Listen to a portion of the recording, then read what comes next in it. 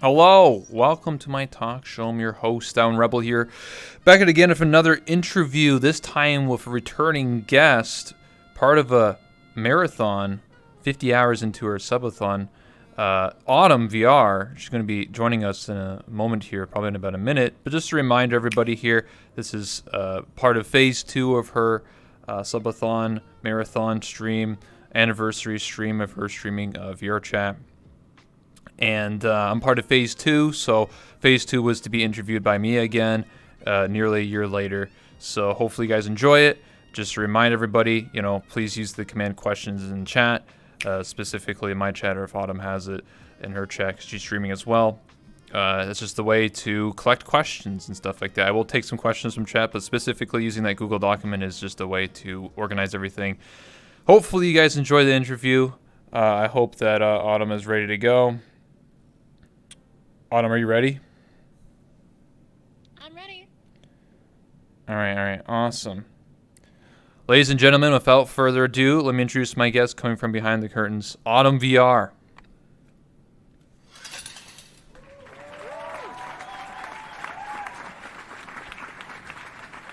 What's up, peeps? Woo!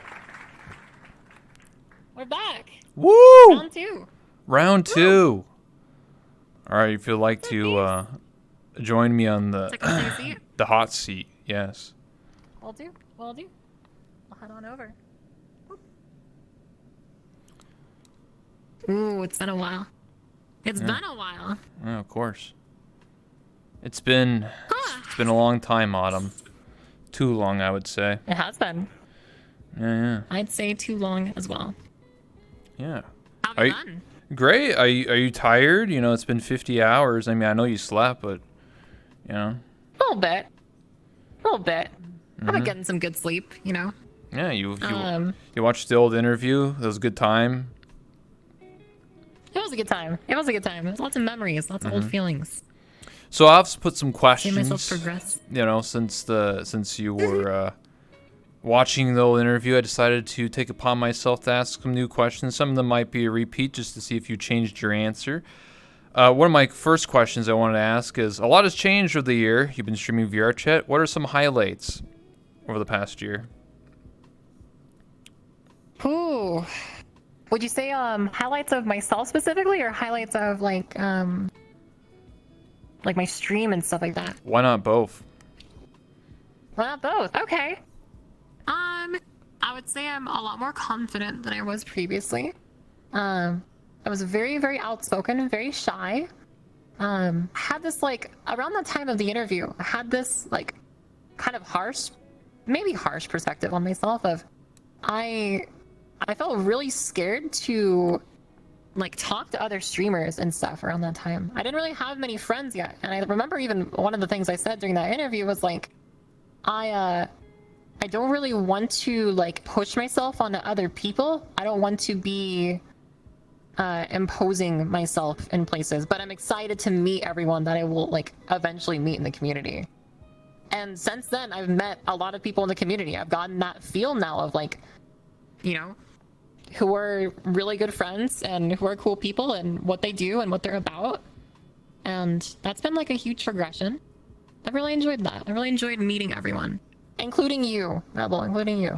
Me? Oh my god, thank you so you. much, Autumn. Oh my god, you melted my heart. Wow, incredible. Can't believe it. No, Yeah. Go ahead. I just feel a lot more confident in that regard now, and I'm not as necessarily soft-spoken. I'm not as quiet anymore. I think I was really afraid of superimposing all the time. That was my main hiccup for a very long amount of time. Oh, so you're loud and in control. You're crazy now. Hyped up on sugar. A little bit. Sometimes I try to be as appropriate as possible. Still, while just being not afraid of who I am. I think I got boxed in a lot when I was younger. I So can it took some time to grow out of it. I can feel that when I was watching those highlights, when you did a highlight reel like over the past year, and you've definitely changed a lot. When I was watching it, I was like, holy smokes, this is how Autumn used to be, very like very quiet, very timid, be like, "Hey guys, you know, how you doing?" You know, very, and then like a year later, you're like, "Yo, what's going on? It's me, Autumn VR. Let's go, PogChamp, woo!" I'm You all know? over the place now. Yeah, Yeah, confidence. that's true. Mm-hmm. Yeah, that's important to have, and that's hard to find. It was really hard for me to find, but I'm glad I found it. Mm-hmm. You've changed a lot as well too over the last year. You know, Oh yeah, certainly. I would say like what? Go on. you have been a little more expressive. You know, Oh yeah, expressive. I Yeah. like that. Uh-huh. More expressive. Uh-huh. I've enjoyed seeing that expression. You know, no, but honestly, I've really enjoyed having you around as a friend this last year. And like the interview was like kind of the first time we got to like properly meet. We had that one little conversation I wanted to have with you prior, and then we had the interview, and then afterwards we just like hung out a bunch, and it's been a pleasure. Yeah. It's been a pleasure having you as a friend. I'll tell you this. I started doing hangouts before interviews a lot, actually, after, like, not just with you specifically, with other guests as well. Because I always say to my stream is that, like, I don't want to have like an interview or treat like a collab like a business transaction. I don't want to just be like, hey, come on for my interview. Okay, see you later in 6 months. You know, I don't want to do like that. I want to like build friendships. Yeah, like a friendly. Yeah. Yeah. Certainly. Absolutely.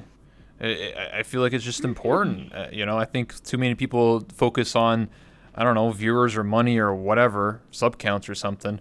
But, you know, I feel like genuine friendships are what's going to last longer, you know? I know that, like, you know, streaming to some people is a job and a career. I fully understand that.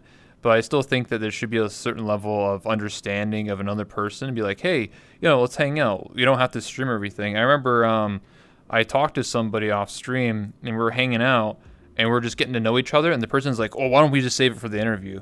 And I'm like, well, then you can't. What? We can't talk about anything. They're like, no, that'd be great content for the interview. Oh, that's a great content for a collab or something. And I'm like, I just want to hang out, bro. I just want to talk. Come on, please. So. Yeah, that's very true. I was guilty of that a really long time ago, actually. I was hanging out with, I remember there was one very specific instance where me and Roach were hanging out, and we were playing poker, VR poker online. And yes. There was a very, very funny instance we had where we found this, like, I was teaching him how to play while we were doing it, too, because he had never done poker before, but we had this, like, 40-year-old woman in our lobby who was like, we were just messing around, going like all in every round, right? Because we didn't care. We're like, this doesn't matter. This isn't real money, whatever. And this like older woman is like, if you guys aren't gonna play properly, then get out. What are you guys doing? This is so absurd. And it was like being just like it's a video game. Like, let's just have fun. And it was really, really incredibly funny. And I was like, oh my god, Roach, like we gotta stream this. This is freaking hilarious. And Roach was like, no, why do we have to stream it? And I was like, this is hilarious. I don't know. I was in the mindset of like, I want to savor this moment and I want to share this moment is how I feel. However, there is definitely the aspect of like, let's also just hang out as friends. I think him saying that to me kind of echoed in my brain afterwards. And I was like, you know, that's actually very true. That's really true. I should just enjoy the moment. And I've tried to do that more often because he said that to me. Well, hopefully, you know, that affected future interactions with other people. Because, yeah, I could definitely feel that. Like, I definitely would meet people before the interview, and then I don't say it to people, but it's kind of like a filler. Like, sort of like a feeling them out, seeing how they interact and stuff like that. And they start saying stuff like that a lot. Then I'm like, I don't know if I really want to, you know, hang off this person later on, you know, a month or two from now. If they're constantly going to be like that. Because it's feeling like, out the vibe. Yes. It's almost like I was testing people, you know, secretly just examining you and analyzing everything you say and writing it down in a little book under my bed. You'll never know. Yeah. Damn. Is that real? True. Anyway. Maybe, I don't know. I don't know. I guess so. Anyway, my next question is, so this is something you've already probably talked about, but you know, you got to remember this is an interview, and sometimes people may not know things, so you might be repeating yourself here. But how did you meet? How did you meet Annie, and how did you get her to play VR chat? Oh, how did I meet Annie? Okay, funny story. So, she came in my Twitch chat one day while I was streaming. And I had no idea who this Annie person was, but she had a Twitch ambassador badge. Ooh. And I was like, whoa, I've never seen that before. What the heck? And to those who don't know, Annie is my girlfriend. We've been dating for over 4 months now. She is a very special person in my life. And she came in my chat as like the first time I'd ever met her, and she says, hey, so you're like one of these like VR chat streamers. This looks pretty cool.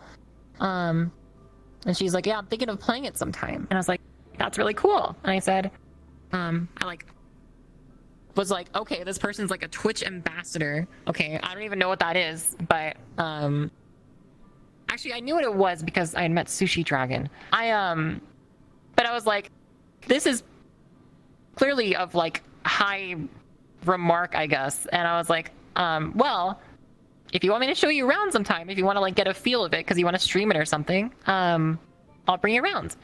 And so I sent her a friend request, and I think it was like a few days later, I joined on her one day in a public world. We run around, we had some fun, we get to know each other, and we became like immediately just like really, really good friends. And we flirted a lot, and over several months, we got to know each other better and better. And then one day, I told her that I liked her. And I was like, hey, I just want you to know I like you. I don't know if you like me back, but we've been flirting a lot. We've been having these like little like date nights essentially together. And I was like, you know, I think I like you more than just a friend, which I really did not expect because I, for a very long time, was just really happy being alone, you know? And we kept going with it, and then I told her I liked her, and she said, well, I'm not looking, sorry. And then I was like, oh, well. What the hell? Yeah, she was like, I'm not interested in something. And I was like, well, that's all right. I just thought you should know how I feel, though, because I want to be open and honest. And a couple months later, or a month later or so, we ended up going on more date nights. And we like watched movies in private together and would like be very close. And I'm just like, I like yelled at her. I was like, Annie, what are we doing? What like we're basically acting like we're dating, but we're not dating. Like, what is going on? We're hanging out every single night together. We're watching movies together. We're like doing everything a couple would do. And I was like, are you sure this isn't what you want? And we decided to take it slow. And we kept it actually under the rug for like a couple months, but then we came out about it more openly. And I was just like, hey, we're dating. So that's kind of the story of me and Annie. Wow, that's incredible, honestly. You know, I can't believe, you know, she denied you, and then over time you just kept at it, you know, like, come on, Annie, let's go. We're spending all this time together. Love me back, please. You know, flustered face, you know. Blush. Blush, people shy. Honestly, yeah, it's incredible that we met through Twitch chat, though.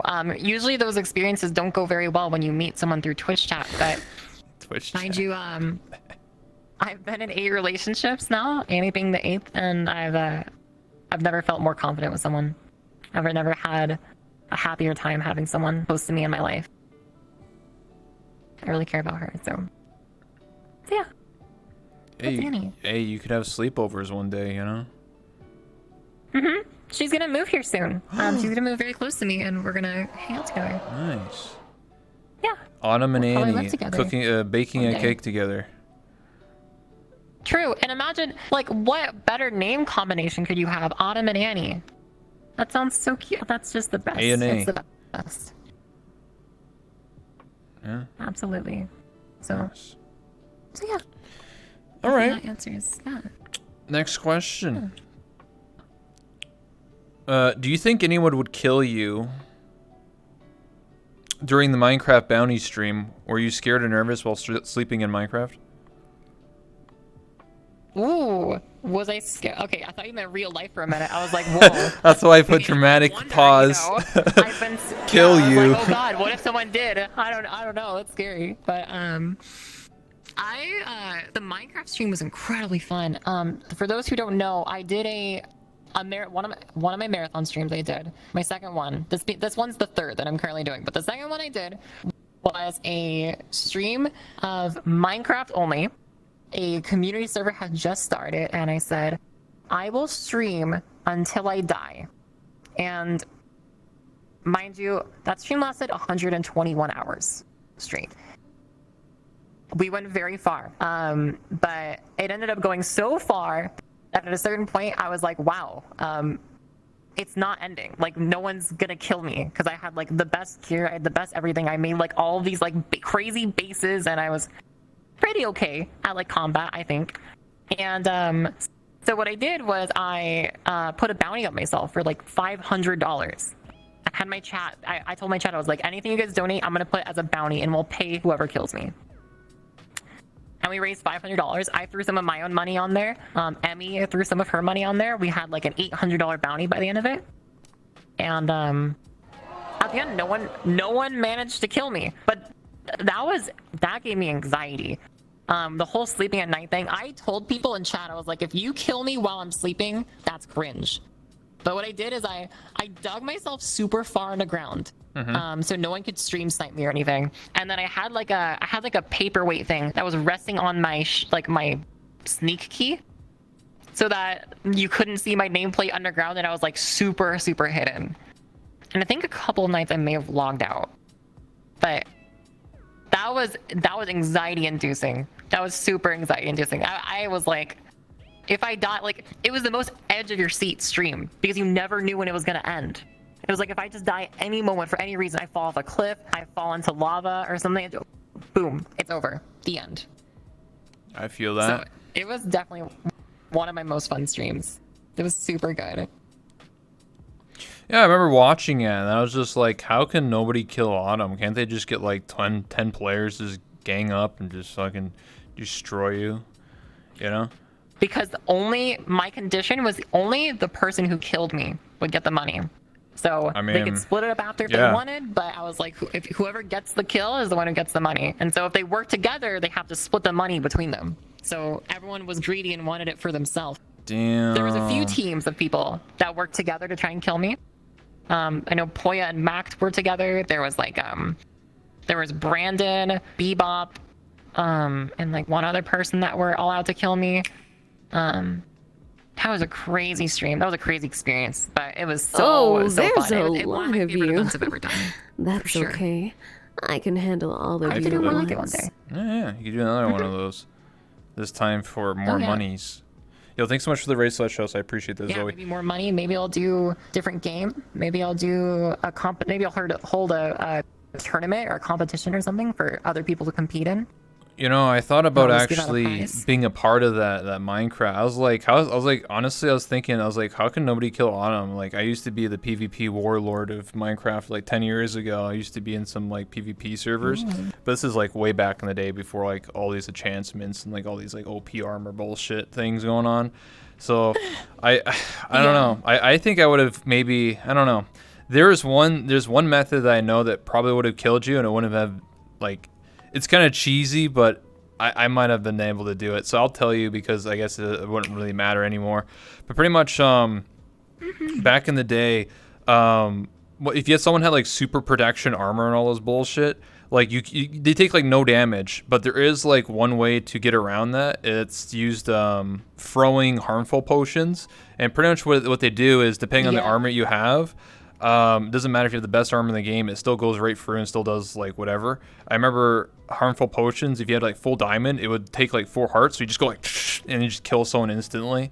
So I thought about doing something like that. I think Radiant was trying that on me. Oh no, EO was trying that. EO tried to do that on me, actually. And you EO probably and failed. like Hakari both teamed up on me. They threw like poison and harming potions. They did.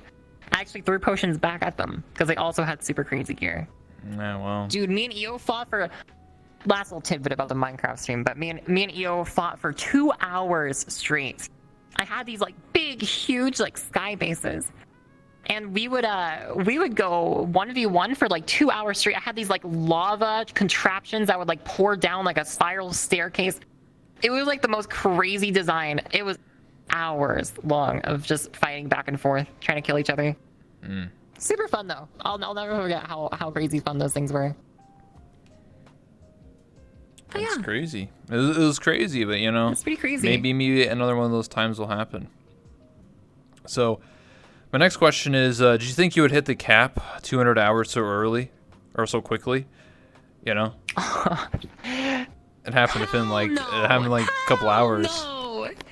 Oh my god, are you kidding me? We hit the cap literally. Oh my god, I didn't even think it was gonna hit like phase 6. I didn't think 150 hours was gonna get capped. Like, I thought it was gonna cut short. I thought it would have gone like a full like 4 days, maybe like 120, 130 hours, and then it would have ended.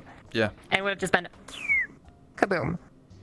But I kid you not, literally the thing. What the hell? In the span of 3 hours, they capped 150. And then entered phase 6, and then the next morning I had to cap it. Out of like panic, I was like, I have to cap it at 200 hours because I don't know if my mental health can stream for over 200 hours straight. Like, I'm already a little worn out. You know, I'm like 51 hours. Yeah. That's a 1/4. lot of time to stream nonstop. I'm pretty wore out, but like, you have to think of like how tiring a 24-hour stream. What's good is I'm taking care of myself, of course, but like, oh my god, like it's kind of scary. It's kind of anxiety-inducing to be like, wow, I am actually purely on stream, like no breaks, there's no like turn off the stream and go relax. It's like go. And I've had time to chill and to rejuvenate, of course, but that's such like an intense thing to be a part of and to do. That's why there's like months of planning for this, and like a whole entire month of like just getting ready. Whenever I had the free time to do so. And I mean, it's been a major banger, I would say, thus far. So I think doing these big events and stuff is a lot of work, but I think it's also incredibly worth it because they're super great memories to have. Yeah, I think it's, you know, I thought honestly you were going to go for like an entire month, honestly. I think like, I'm going to go beat the Twitch record. Let's just stream every day, you know? No. I don't know if I could do that. Maybe one day. But right now we'll do 200 hours. That's already an incredibly huge achievement. That's insane. And I'm sure another day we'll go even longer. I'm kind of planning my next marathon stream to be Christmas time of next year. So I might do like a in between Christmas and New Year's. I'll stream for that entire gap of time. We'll stream all the Christmas and then all of New Year's, and I'll stream everything in between it. We'll have a holiday season of autumn in winter. In winter.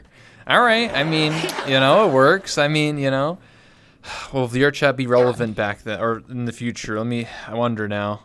Or you'd be like, hey guys, we're playing It Neos. will be fine. Let's play Neos for 30 days. Neos is out. Neos is out. When the VR chat dubs revealed that they were doing the physics bones, oh my god, I felt so bad for Neos. My heart broke for them. I was like, everything that like that's one of the major pieces of Neos is like being able to interact with other people's bones and stuff like that, and like being able to like interact and pull on people or whatever. Yeah. That's been like one of the most incredible things about Neos. And VR chat basically said, Yoink. our idea now, yoink, and they stole it. And so now, I mean, you can't blame them because it's an incredible feature. But I'm excited to see how it goes when they do eventually reveal that. But all I can say for now is that Neos is in a probably, I want to say lacking. They do lack on some things for sure. They can improve. I think Neos has a chance one day, but right now VR chat is just looking phenomenally better. So I'm sticking with it. I'm staying strong with it. I've had a lot of time in this game. I'm very happy with it, even through the absurd bugs and things that do happen with it, I still love this game. Yeah, the bugs. Yeah. Like that one time I joined the devs. Good time. Oh my god.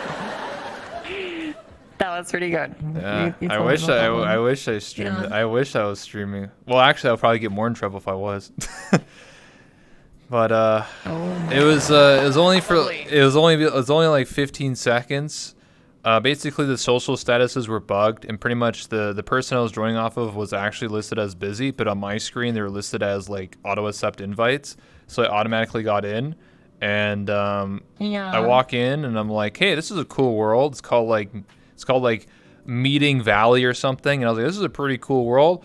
And then I load everyone's avatar and I'm like, wait, why is everyone here a dev? And then they all look at me like I'm the imposter. They're like, what are you doing in here? How'd you get in here? And I was like, oh shit. And then before I could say anything, they kicked me out. And then they debriefed me for 15 minutes. my God. They did 15 minutes and they waterboarded me. Waterboarded. Waterboarded? Oh, I thought you meant like motorboat, like waterboat, What? like motorboat. I was like, that. Yeah, I they wouldn't be waterboarded surprised. me. Yeah, boarded. Yeah, no, it's just okay. Last part was a joke. They waterboarded you. But Holy- oh, okay. no, I was testing the game, so they patched it now because of me. See, I fixed the game. I see. I was just testing features. You did this. Yeah. You fixed it. Hey, come on, I fixed the game. I fixed the game. You know, Good work. I tested literally a game-breaking bug. You know, and you know, Let's go. imagine if someone malicious got in there. That'd be a different story. Saved. Yeah, Our I hero. saved. Not I all heroes saved. wear capes. Yeah, you know, I'm a hero.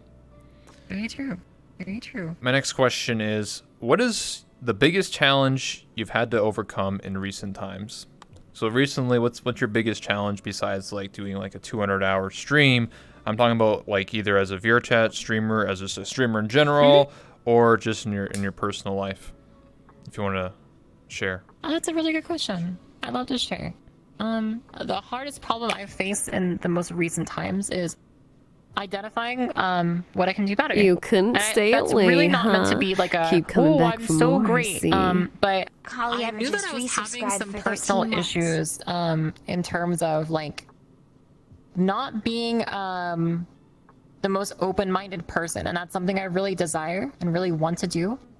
My hardest problem was trying to figure out every specific area that I was struggling in to try and like pick myself up and do better in, because my absolute journey in the entire last year and a little bit more than that of me being me and trying to You excel in couldn't every way stay away, is being the huh? best that I can Keep be coming back for and doing the more, best that I can see? for myself and for my Zordy people underscore and just for resubscribed for anyone 2 that months. needs it or wants Yo. it.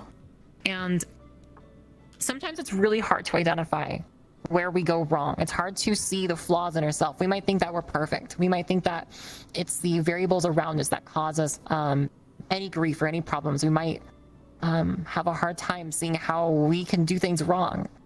But I know that I'm always doing things wrong, because no matter what, I'm never the person yet that I've aspired to be, because I will always aspire to be better than I am now.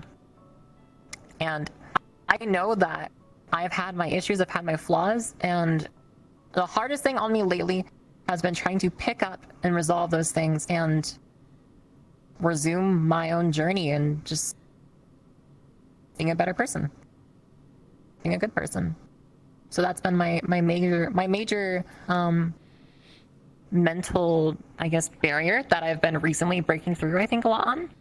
I've realized it's kind of the points of trouble with myself and where I can improve, and I've been focusing on those things, and I'm sure down the road I'll identify even more. I think that's a piece that anyone can take from. But yeah. Yeah, I can attest to this firsthand, you know. I think when I first met you, you were a completely different person. You were, you know, not just being shy, you know, but just, you know, you were afraid, you know, you were just by yourself, you know, you didn't like really interact with other streamers. You're just, you know, in your own little bubble. And then over the past year, you've obviously started to branch out, hang out with other people, you know, doing part of the Minecraft thing to, you know, starting hangouts and meetups with your own viewers and your own community, things like that. So you definitely have changed a lot, and I'm proud of you, just so you know. Thanks, Rebel. Of course. I appreciate that. Anytime. Thanks for the subs. I appreciate Zori and Khalif. Thank you. I'm proud of myself too, but I don't know. I'm proud to see the change in everyone. Whether good or bad, because I think we see bad things a lot in people over time, but that might be something behind closed doors that they're making progress in. Like, we might see someone like progress in a bad way, but that could be them overcoming a hard time that they maybe bottled up before. Yes. I like to stay optimistic on it. I think a lot of people never are know. quick to judge others. Like, they'll see something on Twitter or be like, wow, that person's got problems. Like, what the hell? And then just ignore them and be like, yeah, I don't want to talk to that person. They clearly got some issues.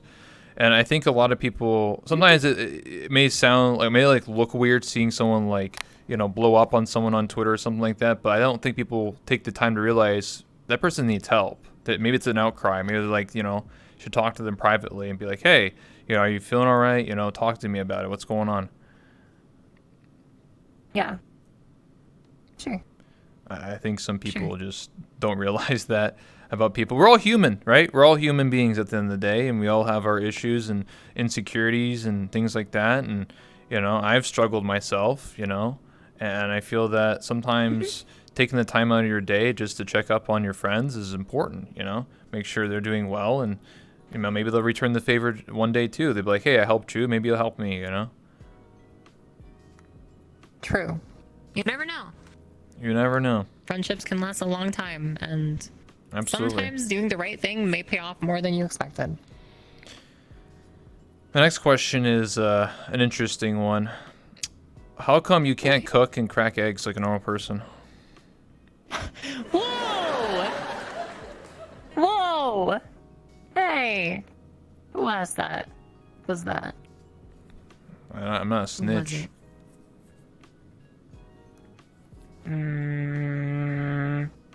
Okay. Yeah, I'm not a very good cook. I haven't had very much experience cooking. So, my father was actually a very, very, very good cook, and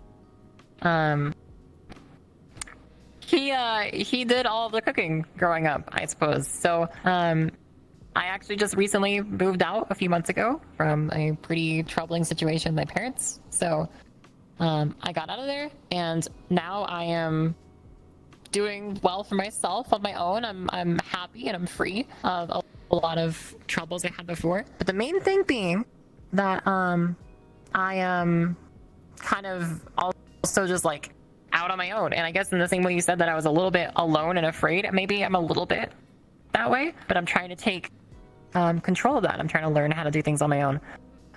So yeah, I cooked eggs on stream about a month ago or so, through a pass-through camera on my headset, and I don't think I've ever I might have cracked an egg like 1 or 2 times ever, and like I just don't even, that was so long ago. So yeah, I definitely lack some life experience, but I want to learn. I want to get better, you know? You know how to use an oven, right? Yeah, I can use an oven. I use an oven. Do you know how to turn on the barbecue, get some propane there? Actually, I don't think I do. Oh. My dad would actually grill stuff, but I've never used a barbecue before. Oh my goodness. I need to teach you. Yeah. Listen, I'll live teach by me the back grill. to the barn shed. Uh-huh. Oh, you know it. You know it. Yeah. Really? I mean, my parents taught me because because I'm the third son. So my parents I lived with them longer than my other 2 brothers. They already moved out, had their own houses, whatever. So I lived with my parents for a long time. I was the last one to, well, I moved my oldest brother now, but they taught me a lot of things, you know. It sounds basic, but they taught me how to use, you know, barbecue, the oven, everything. I know how to like Thanks, cook decent darling, meals for and stuff using your like that. Twitch sub on little me. So it's important. It's _P important life Claw just skills subscribed that a with lot of people Twitch don't Prime. know. And whenever I see like a big streamer, not like you specifically, but when I watch like someone who has like 50,000 views and they don't even know how to turn an oven on, And I'm just like, what's happening, dude? I'm like, how is this possible, man? Like, what do you do? They just eat Uber Eats every day? Like, what's going on? How many frozen pizzas you got? That's exactly what they do. How many frozen pizzas I you eat got? a mountain of them Oh personally. my god. That's actually what I do. Yeah, I have like, oh god, what, like 20 frozen pizzas in my freezer right now? What the heck? I only have like Primed and ready to one. go I only got anytime. one at any time. I only You should eat remind like me, I should probably cook one soon. autumn, please. Yeah, I'm gonna be, I'll be baking a cake soon, so I'll be, Red I'll be Bull. cracking some eggs open for that. Yeah, a Red Bull cake. Kind of an interesting little thing there. I've never baked a cake before, and there's been the living, never dying meme of a Red Bull in my community. So, what better way to kick off the stream lasting into the last phase than to live on stream with pass-through cam bake a god-awful energy drink cake to give myself more energy to finish the stream, right? What better way could I do that than to bake a cake? I've never baked a day in my life. I probably never will because I'm allergic to eggs. So I don't have a reason to learn to bake if I can't even eat what I'm baking, unless I'm like making a vegan that's what cake. the laugh is for. Hell yeah! Is for. Put her in the kitchen, brother. I mean, I just use the grill a lot, honestly. That's what I do. There you go. I love my grill. I love baking on that grill there, put that nice I love meat grills. there. Mm-hmm. Oh yeah, I put meat on grills. Oh, Yeah. you know it. Bring out the brothers out back. Put some baked Have yourselves potatoes a on nice and good there. old time. Yep. Get a little Yep. steamer. Get some French fries out there. Cut them up. Mm-hmm. Get some hamburgers. Mm-hmm. Yeah. Mm-hmm. You know it. You know it. Yeah. That's all you need. Anyway. Do you even do That's right. you own a house, right? Do you even do any like outdoor work? You know what I'm saying? I don't own a house. I live in an apartment. I rent. Oh, okay. I was gonna say if you owned I a rent a house, little I'd be like, studio. do you know how you Yeah. know how to mow the lawn? You should take some pair of scissors out there. No, I used to mow lawns. I Oh, used to yeah. mow lawns. I did chores. I just didn't cook. Oh, My dad okay. was a chef. So I was just he curious what your ability is as an adult. You know, I can do some things. you got some credit cards. Actually, I need to get a credit card. Oh my god. I have debit card. Well, I have a okay. I manage my finances. Okay, I think I'm Okay. very, very. What's the word? I save my money as much as freaking possible because I have some very large financial goals for myself. So You need to get one of them credit just trying to hold cards out. when you get one of them vehicles, and they're like, "What's your credit score like?" And you're gonna be like, "I don't own a credit card." I'm like, what? I do have a credit score. I do technically still have a credit score because I've associated with some banks. My credit Okay. score is actually very good, but it's Uh-huh. no, I just don't have a credit card. Okay. Yeah, I'm on good record for now. I feel Yeah. that. But yeah. Anyway. Anyways, We talked about this a little bit earlier, but I was doing, I have my questions in a row here. How was your experience with Neos VR besides the whole, wow, there's no more, the whole touching, people's damning bones is no longer a thing, but like everything else, your experience? oh yeah. Let me talk about a few things. It was very, very eye-opening because I've spent over 10,000 hours now in this game. So I've had a lot Holy of time crap. to really like season and feel out exactly how I feel about VR chat. And so getting to experience Neos was very eye-opening because it was such a different experience. It was such a different feeling. The menus are all different. The UI is a little cluttered is my main, I think, shtick with it. But it was really good. Overall, it was really good. The few critiques are the UI and worlds can only fit like a few players in it, but the experience, the good things, there's a lot of really good things. People are so much more capable of creating like crazy, intensely cool maps and adventure maps and just little mini games and stuff. Like people are very creative over there, and also they have so much more room to actually do that. And so getting to see people's experience with that firsthand was really cool. Not to mention just like being able to like touch stuff and like he like had my avatar in game and was like making my avatar in front of my own eyes, and I'm just like, whoa, that's incredible. That's Yeah. really, really incredible. Not to mention I will say there was another thing that was the community was a little iffy for me. What was that? Community is a very big thing. What happened? Well, the most popular world was called daycare, and it was. Wait, what? It was there's 7, 8. What?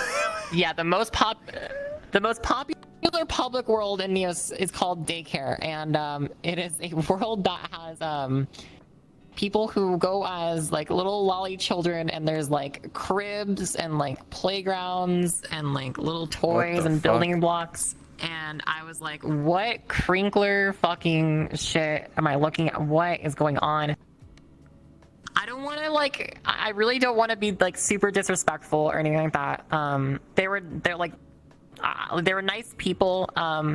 There was maybe a couple weird interactions I had, but I was trying to get to know the community a little bit, because I was like, if I play this game, what kind of people am I going to be interacting with? It was definitely a lot of furries, and then there was also like daycare, which it definitely shocked me.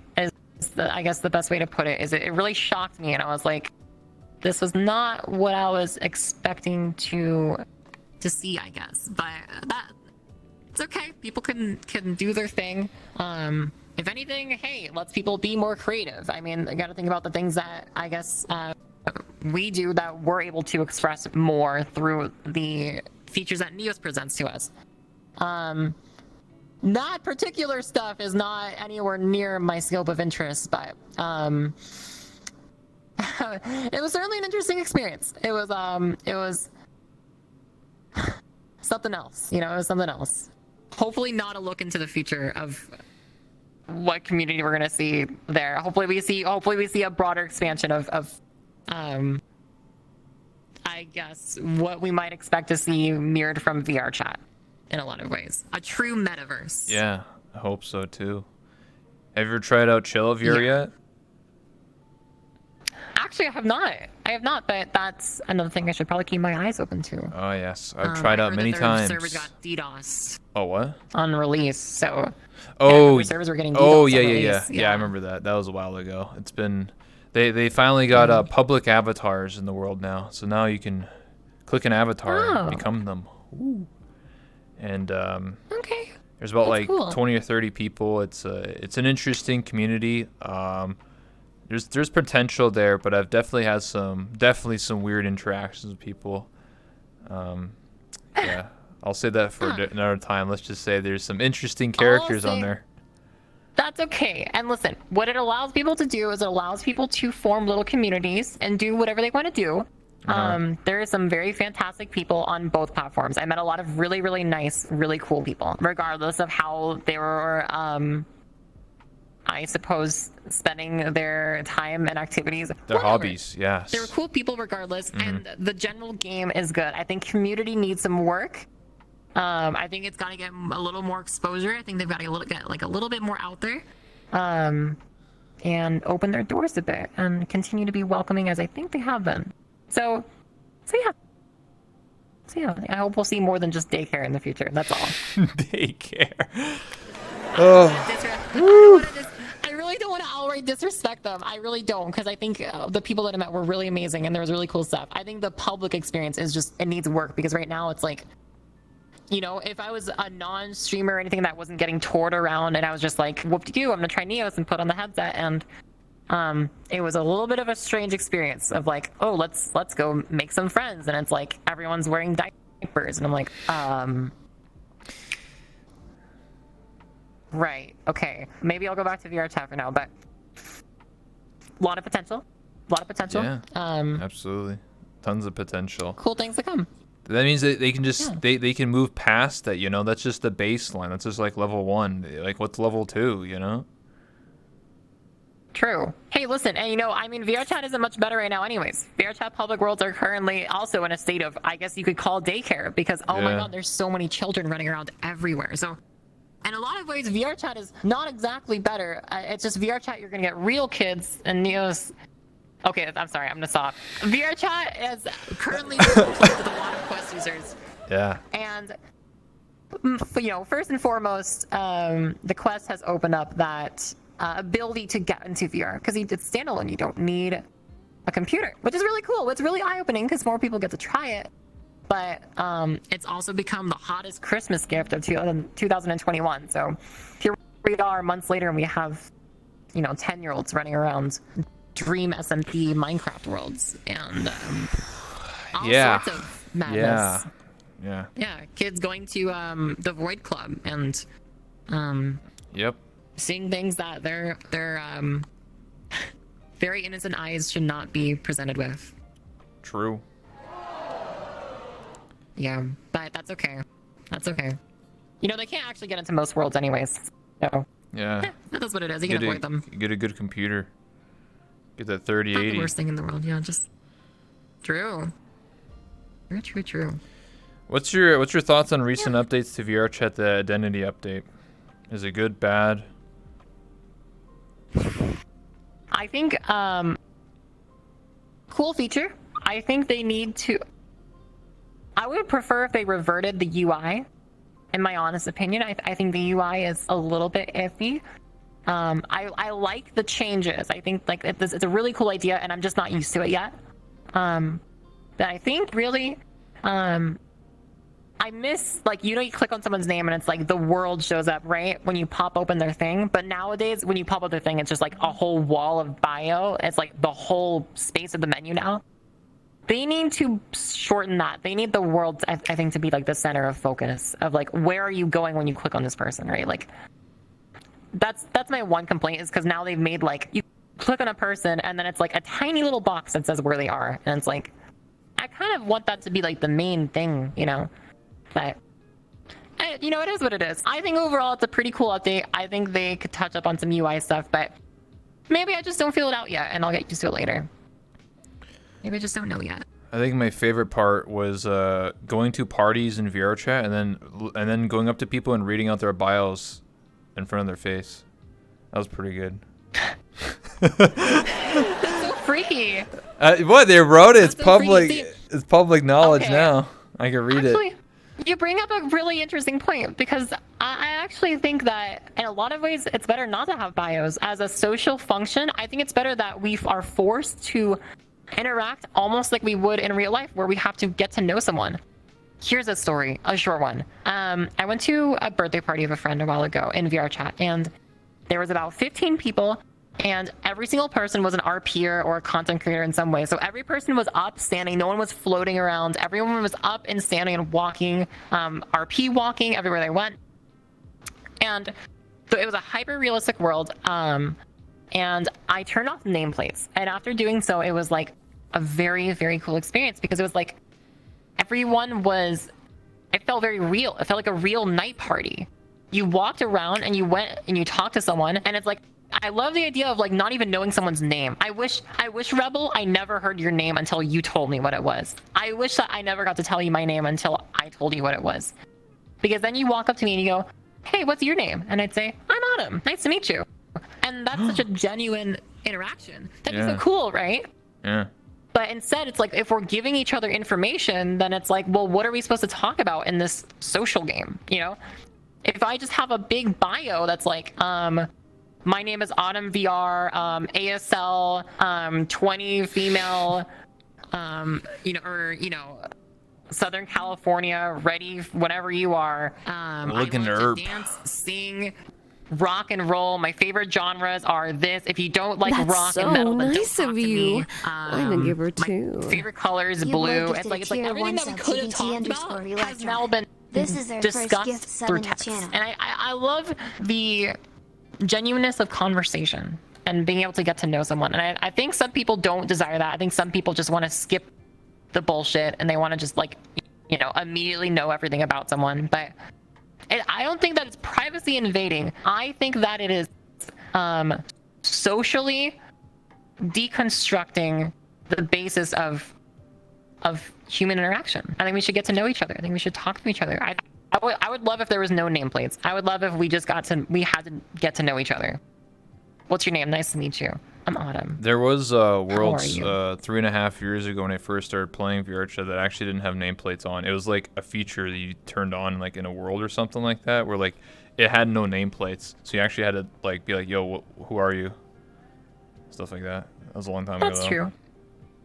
Someone brings up one really good point, which is that I think as a mute, it would be greatly beneficial to have that, because obviously you would not want to go through the pain of having to write out, or if someone knows sign out every single thing every single time you meet a new person. It can be easier for them to just immediately know, like, oh, this mute loves to do this, that, and the other, and they don't have to like re-explain that every single time someone approaches them. Mm-hmm. But I think other than that, I just really like the sake of having conversation and getting to know someone. I think it's one of my favorite things to do in this game.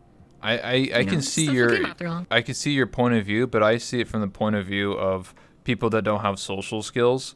So what I mean by that is, like, let's say in my bio I said I liked drawing and I like rock and roll and my favorite band's AC/DC, and I only started playing VRChat recently, and I'm looking for friends and to party.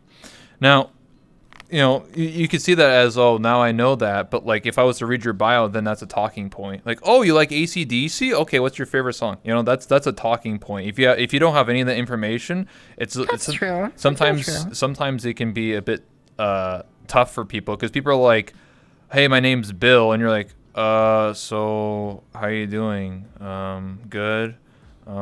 So what do you like to do? I don't know. I just hang around with your chat, I guess. Like, for some people, it can be really hard to start a conversation, and reading someone's bio can be a way to start a conversation. So now it's like, oh, now I know they draw. Okay, what have you drawn? Can I see some of your drawings?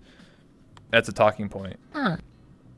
I like that. Okay. It's almost like dating apps do that all the time. They have bios and shit. That is true. That is very true. That is very true. I think I just enjoy that's like my personal expression of just like enjoying the genuineness of like learning about someone from scratch. Like someone's a blank slate, and I know nothing about them. Crumpet actually, I learned something about Crumpet recently, because Crumpet used to have this blank robot avatar, was his original old avatar. You know that, right? Yes. I recently learned from a friend why that was his avatar, and I actually talked to him about it yesterday. He was telling me how he specifically wore a blank robot avatar because he wanted to create a blank slate where no one would have any pre-existing like idea of like who he was or what he did or what he liked. Like, he was not an anime girl or an anime boy. There was no perception of like his physical appearance. He was whatever you wanted him to be, because as far as anyone was concerned, he was just a blank slate. And that's a really cool idea of like, I think that coincides with kind of my feelings of like, someone, you have no pre-existing like conditions on a person. I think oftentimes I go to a public world and I'm like, okay, what trust rank are they?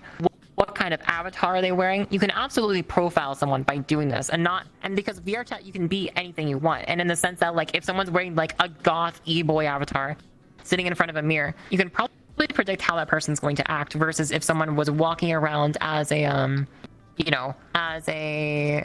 I don't know, like a big Scooby-Doo dog with like fucking like, I don't know, his eyes are popping out of his head. Woo, woo. I don't know, like there's a different like running around and telling jokes. You know, like the general idea of how someone's gonna act by just looking at them, right? So Crumpet had this like similar kind of vibe, I guess how I feel, of like wanting to like have no pre-existing notions of them except for what they say and what you learn from them. It goes a little bit hand in hand, and I like that.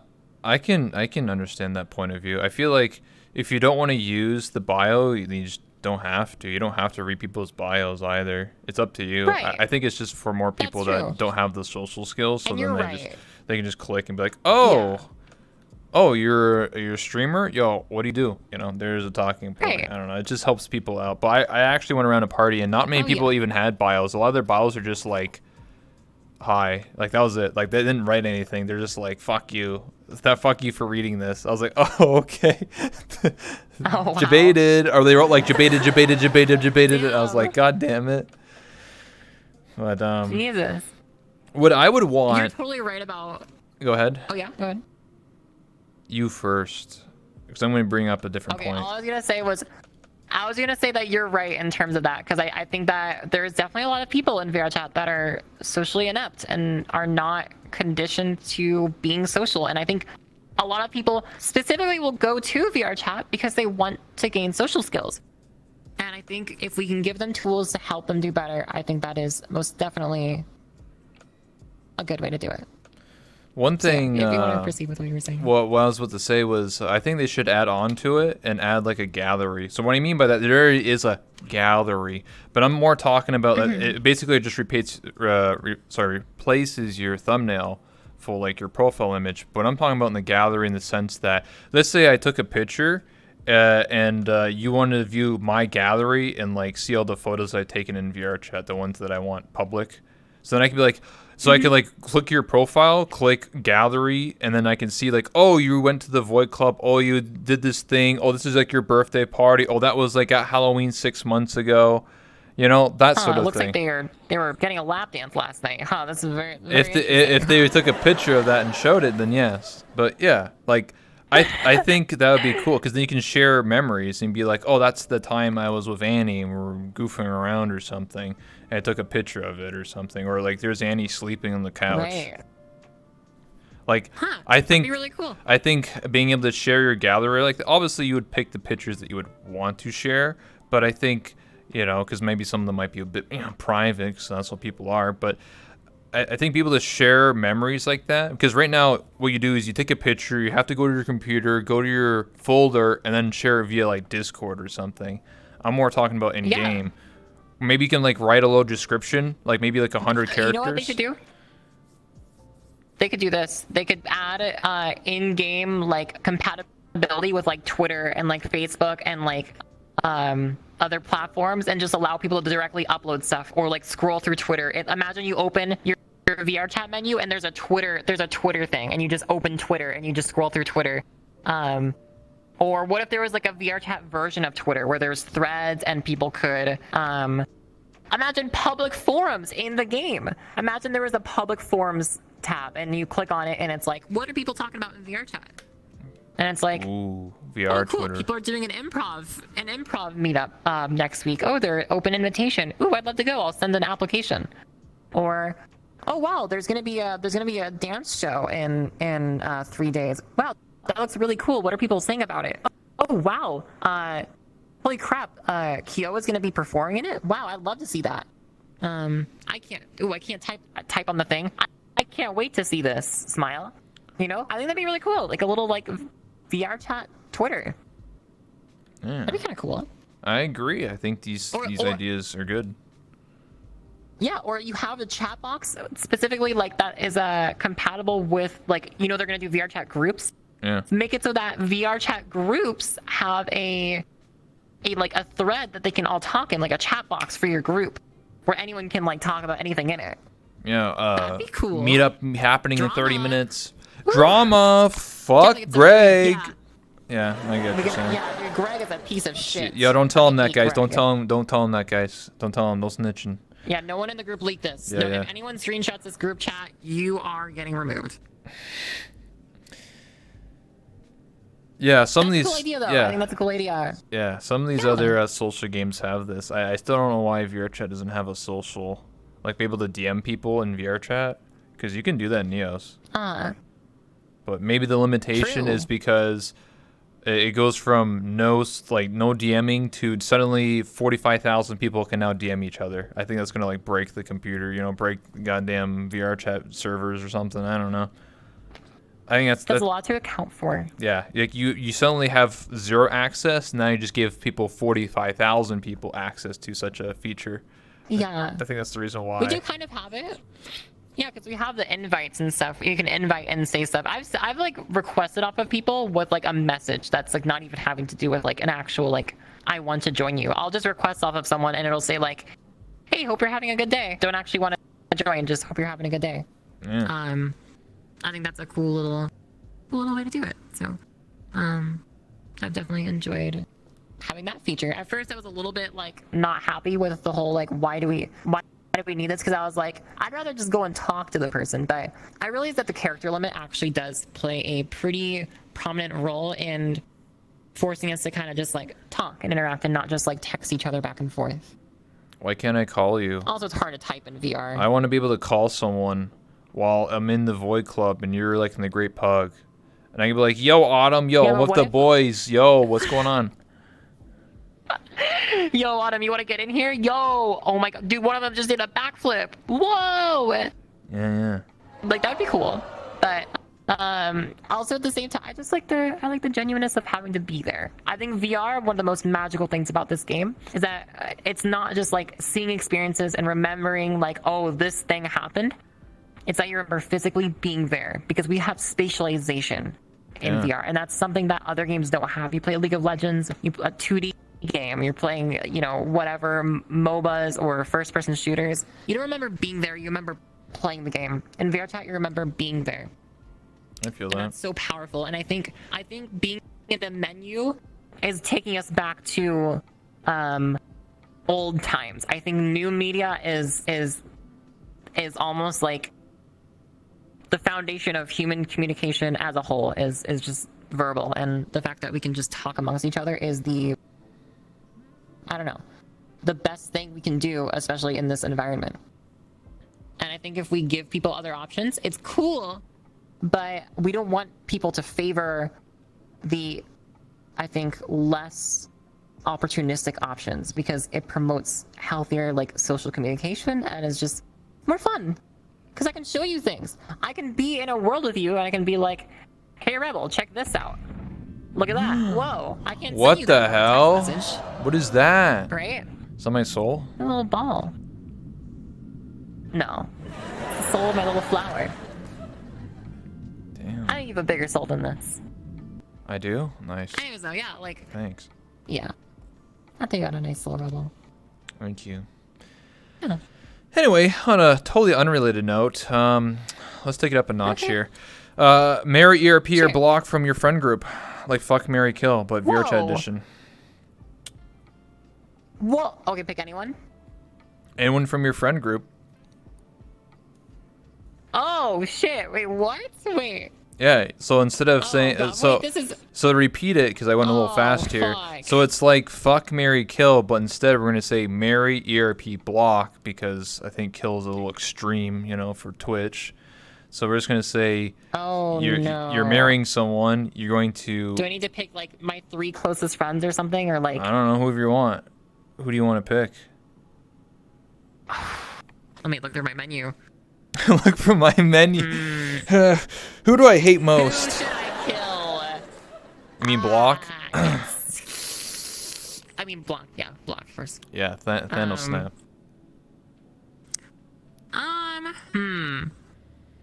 Ooh, okay. Is Annie allowed to be in these 3 options, or do I have to exclude her? That's up to you. I mean, if you exclude her, that'd be kind of questionable. I was thinking of killing her. That's I'm Holy shit. blocking. I'm That's just kidding. I love Annie. clipped out I of would instantly context. marry her. No. Okay, I would. Okay, let's say. Wait, this is a hard. Why this question's. It's an interesting pick 3 question. people? Yeah, out of everyone in this entire Okay, game. I'm gonna try. Okay, to make this less biased. And anyway, I'm gonna pick the 3 people I spend the most time with, which will be, oh god, the 3 people I spend the most time with are probably, Annie, Alex, and Roach are probably the 3 people I spend the most time with.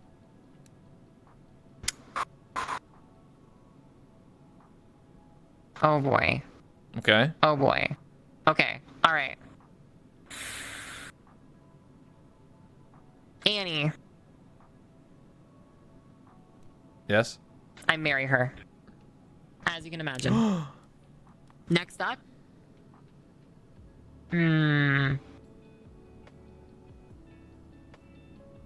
Why you put this on me? This kind of pressure. Oh shit.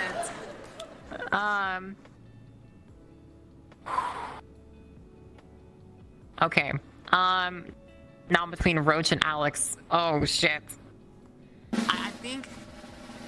Oh god! Oh fuck! It's been a good run, Alex. I'm sorry. I gotta let you go. You're blocking the guy who made Boneworks?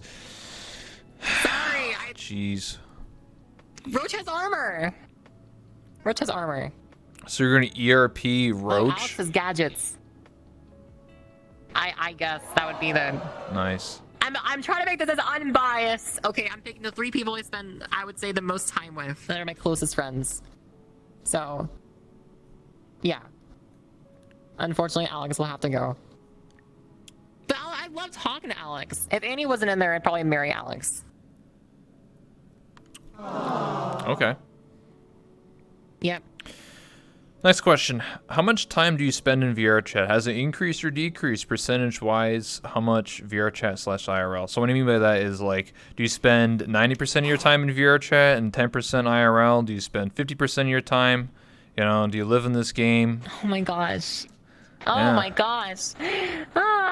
I definitely spend like maybe like a little bit more time in this game than other people do. Like just like a little bit. Oh yeah, just like, a tad- 20 a tad hours. bit. 20 hours in a 24-hour cycle. A day. Yeah, day cycle.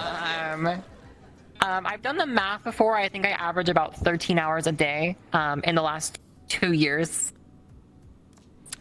So you Okay. can, yeah, speculate as much as you want over that. I think I spend actually, I think I spend less time than I used to. No joke, because I do see like my little Steam recaps, like of like how many hours I've spent the last 2 weeks. That number used to be like 300 a week. Now it's more like 250-ish. So it's like it's gone slightly down, but I do still spend a lot of time in VR. You're getting I better. sleep in VR every night. You're recovering. Getting a little well. I think VR is the future. I think VR is the absolute future. Like simulation, right? Like Matrix. we start tapping into some incredibly good technology soon, and VR becomes a piece of history, and like BCI becomes the next future. It's the next, VR is the next telephone, and BCI is the next VR. And we will be able to tap in, and as just as you see in Sword Art Online, and stuff like that, we will feel, we will properly hear, we will feel and like interact with everything spatially, and it'll be the most real thing we probably see in our lifetimes with technology. So that'll be really exciting. But yeah, so just like to answer your question, yeah, I think I spend a little bit less time than I do before. I've spent more time trying to like take care of myself in some ways, and also I also find myself spending a little bit more time working on stream stuff, like off stream. Or I'll just be on desktop and I'll just kind of like sift through and work on stuff where I can. As opposed to before, I was kind of just like stream. Now I'm like stream, but also work on my stream stuff off stream. So I'm in a way I'm in VR less, but I'm more dedicated to like what I do to try and accelerate that. And I'll spend a little bit of time in VR a night just to like hang out with friends and chat before I end up falling asleep, passing out. Yeah, I can attest to that. Yeah. As many times I join you and you just fall asleep in mid-conversation. And then I just hang my head low and go to bed and cry myself to sleep. I remember that. Like it was a couple days ago. How could I forget? Yeah. Absolutely. Was that too real? What did you say exactly? What did I say? I said that I would talk to you in VR chat off stream, and then I'll tell you a story, and then you fall asleep halfway through the story, and then I would log off, and then I would go to bed and cry myself to sleep at night. Oh shit! I'm sorry. That's what you. Okay, I'm sorry. I didn't hear that. Sorry. I have a story. I met sorry. Arcadium for the first time. Oh. Like a year and a half ago, before I had ever streamed, and I actually joined off of a friend, and I didn't know who Arcadium was, and I joined on him, and he was talking about his D&D stuff. He was talking about his like little campaign thing he was doing, and like all this D&D stuff. It's like, I don't know, Arcadium's like the craziest, like one of the Dungeon coolest, Daddy. biggest RPers or D&D people to, like known. Yeah. And I fell asleep within 5 minutes of him talking. I woke up an hour later, he was still talking. Did he know? Oh shit. Yeah, he knew. I was right in front of him. I was literally sitting right next to him, and I passed Holy the fuck out. I shit. was literally sitting there. I was laying in bed. Yeah, I actually snoozed to Arcade. I'm talking about D&D. No, like, not anything. I was very tired. I was very, very tired, mind you. But, like, holy shit, I couldn't stay awake. Yeah, I couldn't do it. So, like, I sleep in VR. There's been times where people are talking about some kind of story, and yeah, I'll just fall right to sleep. I'm just like, I cannot, like, I'm eventually gonna pass out no matter what. But it happens, you know. When you're able to talk to people while laying down in the comfort of your bed, you know, you're bound to sometimes. I'll tell you this. Pass asleep mid One conversation. time I was talking to you and you fell asleep, and then I started talking about myself, and I told very personal stories, and you'll and you never went know. on and on and yeah, on and then you sleep for all and of then it. you never know. Maybe your subconscious will remember it. I'm sorry. You'll never One know. day, You'll one day ne- I'll know that you did third some eye. like, very terrible, What? dark thing. Excuse me? I Yeah. didn't do anything terrible. All those. Was it the kidnapping? Was that it? No, Was that from someone else? that's not me. I didn't kidnap anyone? I didn't kidnap nobody. That's not my subconscious remembering. Okay. Yeah, blink twice if you haven't been kidnapped. Right now. Anyway, Is that good? sure. Haven't been kidnapped? I don't know. Are you? Maybe my stream has kidnapped me. I guess they Oh, kind of have. They've shit. kind of kidnapped me for 200 hours. Speaking of Arcadum, one of my more later questions, I might as well ask it now. Do you have any interest of actually being a part of Callous Row Season 3 or any like other role plays like that? Just in general? Yes, I do. I was strongly considering joining the Chaos Row for season 2. However, I favored against this simply because I was incredibly busy with my own stream and incredibly busy with a lot of projects that I wanted to carry out that I hadn't even begun to really like. I guess get squared away, and not to mention I started dating Annie, and I had a lot of stuff like on my plate that I was like, I am not capable of finding the time to do this. I think it's a really, really fun thing, but I just don't like have schedules like other people, and I don't have that, I guess, free time of being like, oh, whoop-de-doo, I'm just gonna go like, you know, draw up a character for 8 hours or whatnot, and you know, go RP every single Friday at this time. And I think it would be very awful of me to try to commit to that and be unable to, rather than just say no to it altogether. So I think one day in the future I'll have I'll have more freedom to do that once I square away a lot of things, and I've gotten a lot farther, I guess, in a lot of the projects that I really want to get done and I really want to work on. So getting there one day. I think Callous Row season 3 might happen for me. Yeah, I was about to say that Season 2 ends in about 3 weeks. And then it's going to be like a 6-month break. Wow. So Really good. And then season 3 starts? Arcanum's like not confirming because he has to work on a talk show. Or not talk show. TV show for Callous Row, potentially. So he's writing that up. Yeah. So he doesn't know when. But it took about 6 or 8 months from between season 1 and season 2. So I would say something like that, if not longer. It might be 6 months, it might be 8 months, it might be 10 months, it might be a year before season 3 actually happens. So it's a long time to, well, you know, I guess, you know, get the idea and get something going. That's true. Well, Rebel, that sounds pretty cool. Yeah. I gotta say, sounds pretty cool. Yeah, and then Nice. you can have Adventures of Roach. Yeah, Callous that's true. Row, yeah. He's like the Yeah, comedy pretty much relief. what, Yeah. he is. He's such a dynamic wild card kind of character. Yeah, Mr. Polka. I don't know how he survives. He walked up to me and tried to sell me Geico insurance. Middle of RP, he's like, "Hey man," he's like, "You want to buy?" He's like, "You sell cars?" I was like, "Yeah, I do." He's like, "Do you sell Geico?" And I'm like, "What the hell is that?" Because I have to pretend I don't know anything, like from the real world. Yeah. He's just like, "Oh, Geico, man," In you 15 know. minutes, you can save 15% or more on car insurance. Yep. Oh, there you go. Cool. Good times. Good Anyway, times. anyway, RP is fun. Yeah. it is. Will you move beyond VR chat and become a variety streamer, or will VR chat always be a part of your life and your streaming career? I think in a lot of ways the ideal career for a lot of people is to be a variety streamer. Like that's like the pinnacle of success to a lot of people, is like I can play any single game and do any single thing and people will watch me do it. And I think in a lot of ways I've actually achieved that already. Not to be like, whoa, look at me, but I founded a community not based of my talents but off of me as a person. And I think the fundamental core of doing that means that people want to see what I'm doing and people will want to be with each other. And I think no matter what, if I play any game, I know I'm gonna get less viewers than if I do VR chat, but it's by a very small margin compared to some people.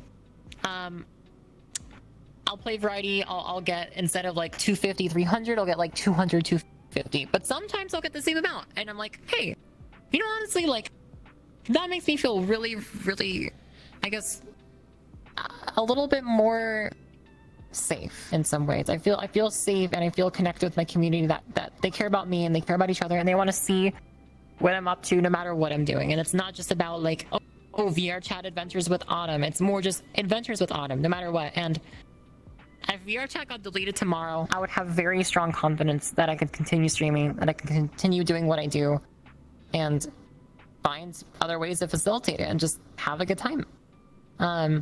There's some people I know that cannot do that. I know for a fact there's this girl I met a while ago who's a hot tub IRL streamer who gets about 100 viewers or less doing other activities like games and stuff like that, and then she'll stream herself in at the beach wearing a bikini and she'll get 3,500 viewers on average. Damn. So like it's been going up for her even more. So like, you know, it's incredibly crazy how people can be either connected with their community completely or have just absolutely no connection or any community at all, and all they do is they stream and people show up, and those people don't actually care about the streamer, they just care about the stream. I know that I'm pretty sure if I died tomorrow, people would not just go, there would be a lot of people that wouldn't just go like, oh, that sucks. I think some people would be actually devastated to hear that. And I think I've made a lot of friends and I've made a lot of connections with being as interpersonal as I am with my community and trying to be truly there for them. That would be insane for a lot of people. But I think if someone, I don't want to say that like, okay, sorry, now this sounds like I'm saying that like no one would care if someone like if a hot tub streamer passed away or something. I'm saying more so in the fact that like I'm not like just like another stream for people to click on to my community. My like, in a lot of ways we've had conversations about like if I was replaced by you know, if I died tomorrow and whatever, would you just instantly move on and just be like, whatever, guess I'll find another, you know, talking streamer to watch? Like, would it just instantly just be like that? Or what, like some people are like, I wouldn't be able to, like, I don't know what I would do. People are just like, that would be shattering to me. I wouldn't even have an idea of what to do. And I'm just like, that is really crazy to hear how much I've been able to do and how many people I've been able to impact in the last year. I've had some really heartfelt messages sent to me, like hundreds, maybe thousands. Well, I'd say hundreds. I'd say like hundreds of heartfelt messages that have been DM'd to me over like Discord and stuff, where people are just like, you have helped me in this way. You have saved me from this. I like one of my first messages I ever got was from someone who supported me, and they told me that they had recently lost their girlfriend in like a car accident and that they had no one. And they like didn't have a reason to live anymore, that they were like actually just like they had nothing. When they found my tiny little small stream, and it was like the hope that I gave, and it was like the friendliness and the openness that we had and the outlooks on life that we had completely changed and shaped their view. And they obviously continue going on today, and I think have found joy in other places, which is really good to hear. Really good to hear. Yeah, there's an irreplaceableness about. There's there's a sense of irreplaceableness when it comes to the way we invest ourselves into a person rather than a thing or an event or a place. And that's why it's so hard when people we really care about go away. But you know, if I said tomorrow that I'm not streaming VR chat anymore, people would be probably like disappointed, but they wouldn't be crushed. And I think if you said, oh, I'm not doing talk shows anymore, people would be disappointed but not crushed, you know, because people are going to care about you. I think a lot of my community is going to care about me, and they want to follow me in my adventures and see what we do next. That's powerful. It's really powerful, and I'm just like, I'm so ever so grateful for that. Sorry, I'm rambling so much. No, it's fine. Should've It's given a shorter answer on important. this, but No, it's important. Yeah, it means a lot to me. It really does. And I'm very proud of kind of what I've been able to turn all this into, and how differently I feel that this place has been set aside from other places. The fact that it's like so many people genuinely know each other in the community and stuff. That's what makes it so cool. I feel that. I don't even remember the original question anymore. I've completely forgotten how I even got here. But The question was, will you move beyond VR chat and become a variety streamer? Will VR chat always be part of your life? to sum up and tie the bow on top, I would say that one day, yes. One day, most likely, yes. I see potential in me one day being an IRL variety streamer, but probably not for a while. I think for a good amount of time, I might end up doing VTuber variety. Then who knows? Maybe one day I do IRL variety. I don't know. There's a lot of expression you can have by doing that, and one day I'll probably have that level of openness with my community. And I don't think that they would view anything differently because of it. Maybe I feel that. Maybe some would see things differently. Maybe the VR chat frogs would, but my community is something I'm proud to say are on a different level. Okay. My next question is, did you ever think you would get to where you are today with streaming? This is a question that I asked about a year ago. Oh. Now it's a year later. Hell no. Now it's a year later, and I'm much farther than I was then. Absolutely not. I didn't think for a minute that things would be the way they are. I mean, certainly not back then did I expect anything to happen, but certainly now I didn't expect to still be here and still be able to do this and even come farther than I was back then. I've grown a lot as a person, and I've seen that growth firsthand and how I've changed as a person, but I've also grown like my stream and my community as well alongside it. And I'm incredibly proud to say that I've done some really cool things, some really memorable things, some really memorable moments. And oh gosh, can you repeat the question? I'm sorry. I'm like, my brain's a little funky. 52 hours. 52 Okay. hours. My brain's a little funky. Did you ever think you'd get where you are today with streaming? Okay, thank you. To continue that, probably not. I certainly years ago I streamed like League, and I streamed some other games and stuff like that, just like for fun. Like it wasn't a big deal. It was just like a whatever kind of thing. But I didn't expect to be anywhere close to here. I didn't expect to be someone that I click go live and a bunch of people immediately come to because they're like, "What's Autumn doing? What is she up to?" And that's crazy. There's been a lot of experiences of like, I don't even know, like imposter syndrome, you know, Yes. throughout my time, even now in a lot of ways. Back then there was like crazy imposter syndrome, but so much of just like, I'm not deserving. I don't know what about me people like, or like what I'm doing. I don't know, but I never thought that I would be able to cultivate something so intensely cool. And I'm proud to have done so. I just know that it's taken a lot of effort. I've had over 2,000 hours of streaming just in the last year, and that's kind of insane. Yeah, that is, honestly. It's kind of insane. Yeah. It's more than a lot of people. It really shows that you care and you want to have fun and grow a community, essentially, right? It means you're dedicated, right? Mm-hmm.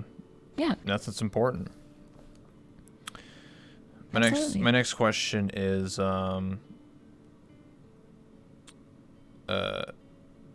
if you could make it a universal rule that every player has to follow in VR chat, what would it be?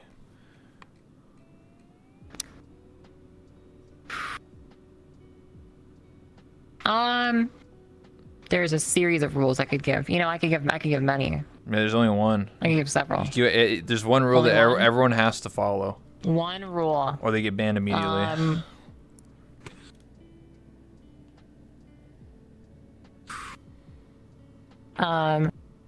No.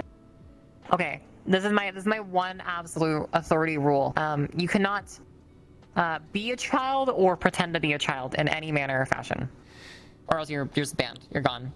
Okay. If you are a child, or you are acting as a child, or you are like, I think that's just. I think that's it. Like in an unironic way. Allow me to like continue with that in an unironic sense. If someone is trying to be a child, or someone is a child, or someone is trying to embody a child, just gone. Rip all the lollies in this game. Under the let's say like under the age of 13. Rip lollies. To hell with them, dude. Damn. Listen, grower, get out. Get out of my sight. You probably just murdered like 30 streamers right then and there. I don't care. Damn. Autumn is a savage. Dude, that's so weird. Why I don't get. Okay, if you're in virtual reality, you can be anything you want to be. Why would you like? You can be like a better version of yourself. You can be yourself. You can be like something like funny or interesting or dynamic, or you can role play. You can RP as like different characters from your favorite TV shows or whatever you want. You can even do like a bit as a kid. I don't even care. But if you're gonna unironically pretend to be a child, what are you doing? I cannot. I can't do it. Do you wanna? I don't know. Like, I know that's a bit of a harsh take. I'm just giving you the genuine, like, I'm definitely like weirded out by that. And there's been a lot of those people in particular that will like try to embody unironically try to embody being a child, that also do very weird things, like sexual things or very weird oh god, I just like they're extremely like overly touchy or awkward. Like I'm not. Or the baiting. They're baiting, you know? You know what I mean by that? Like they're baiting like viewers. They'll be like, "Oops, I dropped something," and they'll be like, you know, or they're like wearing like lingerie and stuff like that. And Almost. I'm like, As a child avatar. I'm like, what's going on here? I'm like, it's time. Chat. Oh boy. Where's the FBI? Mod check, devs. FBI? I don't know. CIA? I think it's hilarious that they recently added a profanity filter to the game. However, they can't clean up they can't clean up like people sexualizing children. But Autumn, I'm 5,000 years old. What do you mean? I'm older than you. Oh my god. No, don't say that. But yeah, I mean, listen, it's VR chat. You can express yourself however you want to express yourself. But I think if you put me in control and I was allowed to give one rule, it would be people cannot be unironically trying to be children. There shouldn't be kids in the first place. You shouldn't be. I think 15 and younger should not be able to play. In my honest view, or maybe 14 and younger should not be able to play. I think if you're under the 18, under age of 18, you can't play this game. It literally deletes from your computer and your VR explodes. On the spot. Yeah, I think maybe I don't know. That's even a harder push than I feel. I just think like this demographic is not okay for kids. Like this is it definitely embodies a culture that is founded on 18 to 25-year-olds. That now little children are entering into our culture. That is a mature one, for that matter. And 17, 18-year-olds, 17, 16-year-olds being a part of it is already kind of dodgy, you know, because there's a lot of dating, there's a lot of romance that happens in this game. There's a lot of just mature themes that go on. Undoubtedly, there's undeniably. Everyone knows this, and like, I mean, Jesus, the fact that there are little kids running around seeing this stuff is very bad. And I think people trying to be little kids is also just very, it's not just off-putting, I think it's very,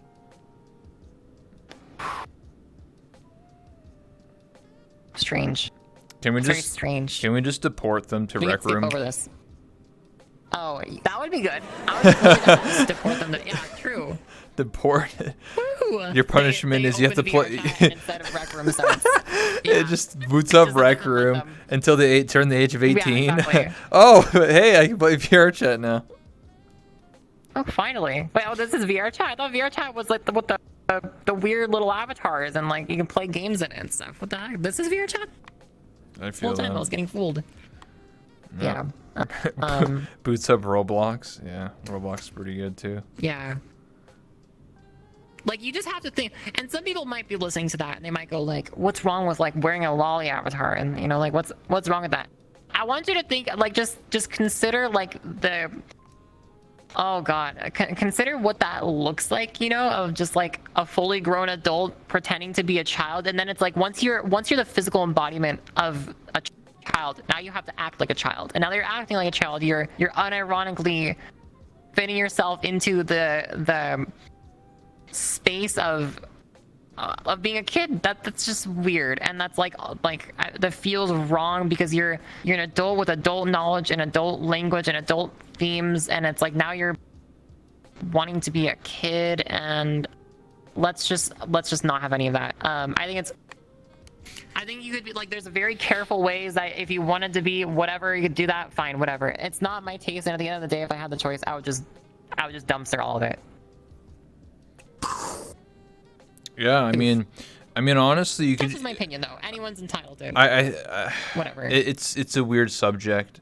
My always philosophy is, you know, you could just play as an adult and just like have no booba and no ass, you know, like, you know what I mean? Yeah, you don't have to be, dude. You don't have to be some giant big tit anime girl. You can just be yourself. You can be whatever you want to be. I think just being a child is a weird take. That's all. That's just my opinion, and anyone's entitled to their own opinion, but respectfully so.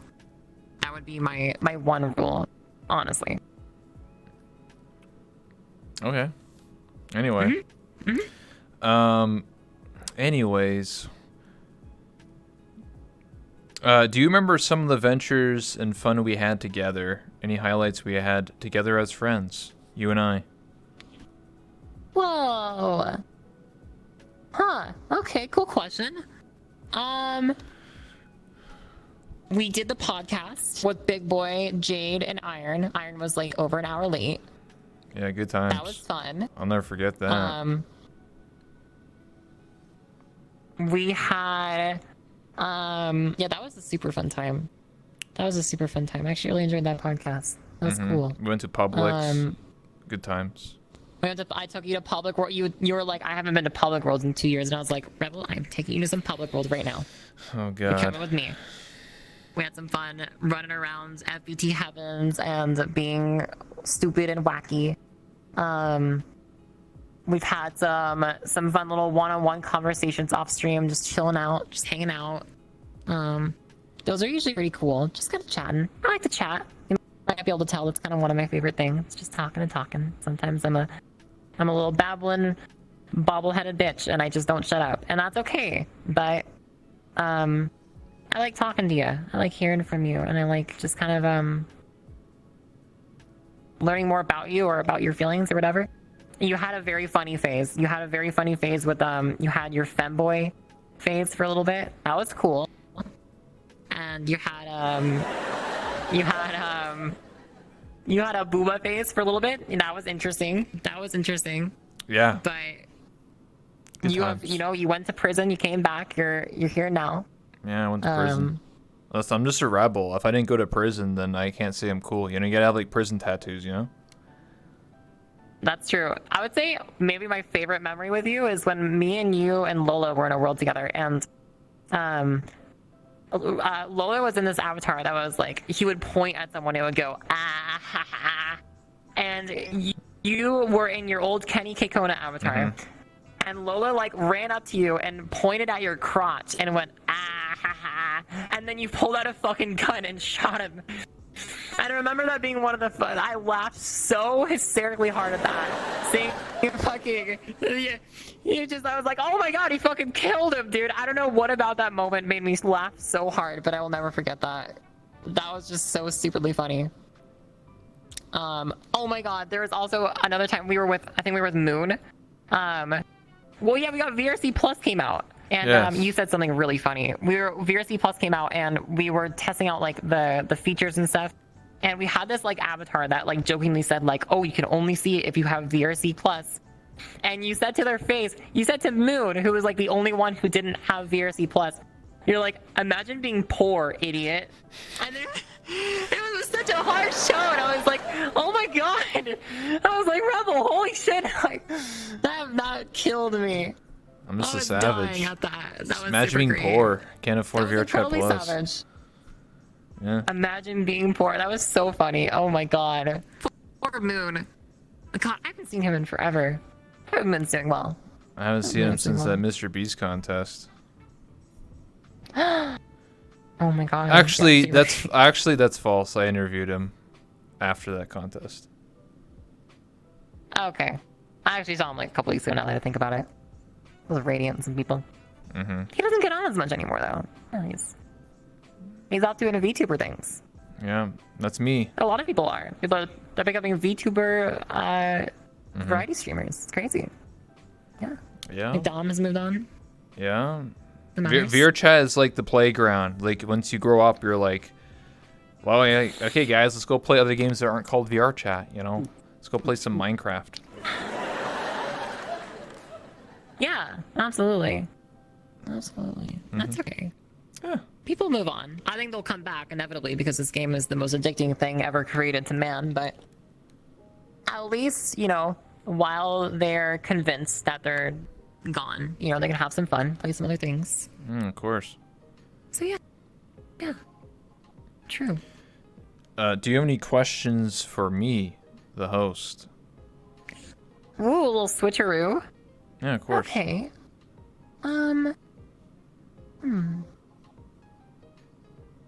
My question is, I guess maybe you've kind of answered this. What do you think you've seen change the most in me? If you had to answer. I'm curious. I might have to reiterate some of my points from earlier, but I think the biggest change that I've noticed from you, like I said earlier, is that I think you definitely were less confident in yourself, either with your IRL situation to just streaming. I could just tell from the way you spoke, the way you acted, the way that you were with other people. You just seemed hesitant. You seemed to have anxiety, worried.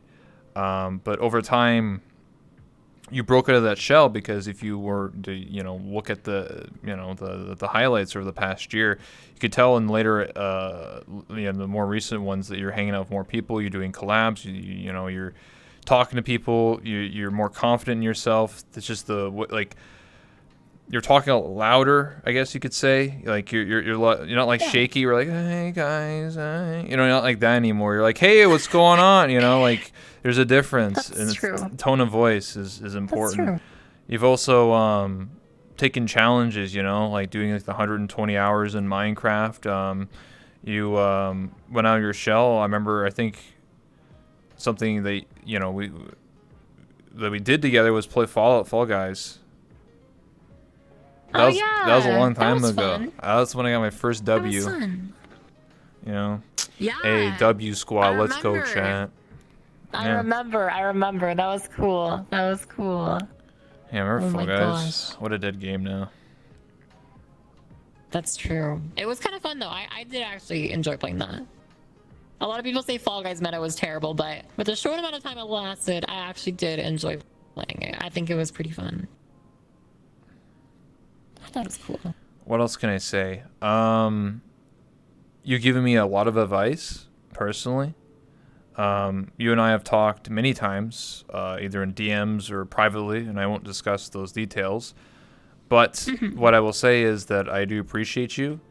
I do appreciate that you give me advice and being like, hey, maybe you should start doing this. Here's some ideas, and I take them to the heart. I sit there and listen. I'm a great listener.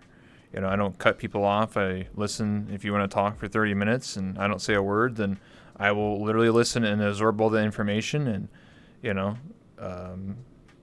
adopt, change up something, because I think what you say holds value, and it's important. I think everybody has something to say and is important. For example, I interview mutes. Like I don't know who else really does that, but I think everyone has a voice in a way, and you should always respect the other person you're talking to. And as my mother always would tell me, treat the others the way you want to be treated. So if you treat me with respect, I'll treat you with respect, And I respect you greatly, and I believe that you respect me greatly as well. I think that you are a very good listener. And I also think that's a very good skill to have. I appreciate you too, Rebel. I really do. Thank you, I Autumn. really, really do. You're gonna make me cry. Aw. I'm just kidding. You're all teary. No, I'm just kidding. I only shed manly tears. Anyway. Yes. Of course. Yeah. Anyway, we'll start taking questions in the chat, by the way, or audience. Remember that Google document that I totally haven't neglected for the almost past 2 hours? I thought you had already cracked that open, maybe. Nope. That was just all my personal questions. Oh, well, I sent that over to my chat a couple times, so hopefully they've popped some things out. Yeah, we got quite a few here. See so what they've got in store. It might be a rapid fire, First one's coming in from Rico112. How was it seeing your girlfriend this year?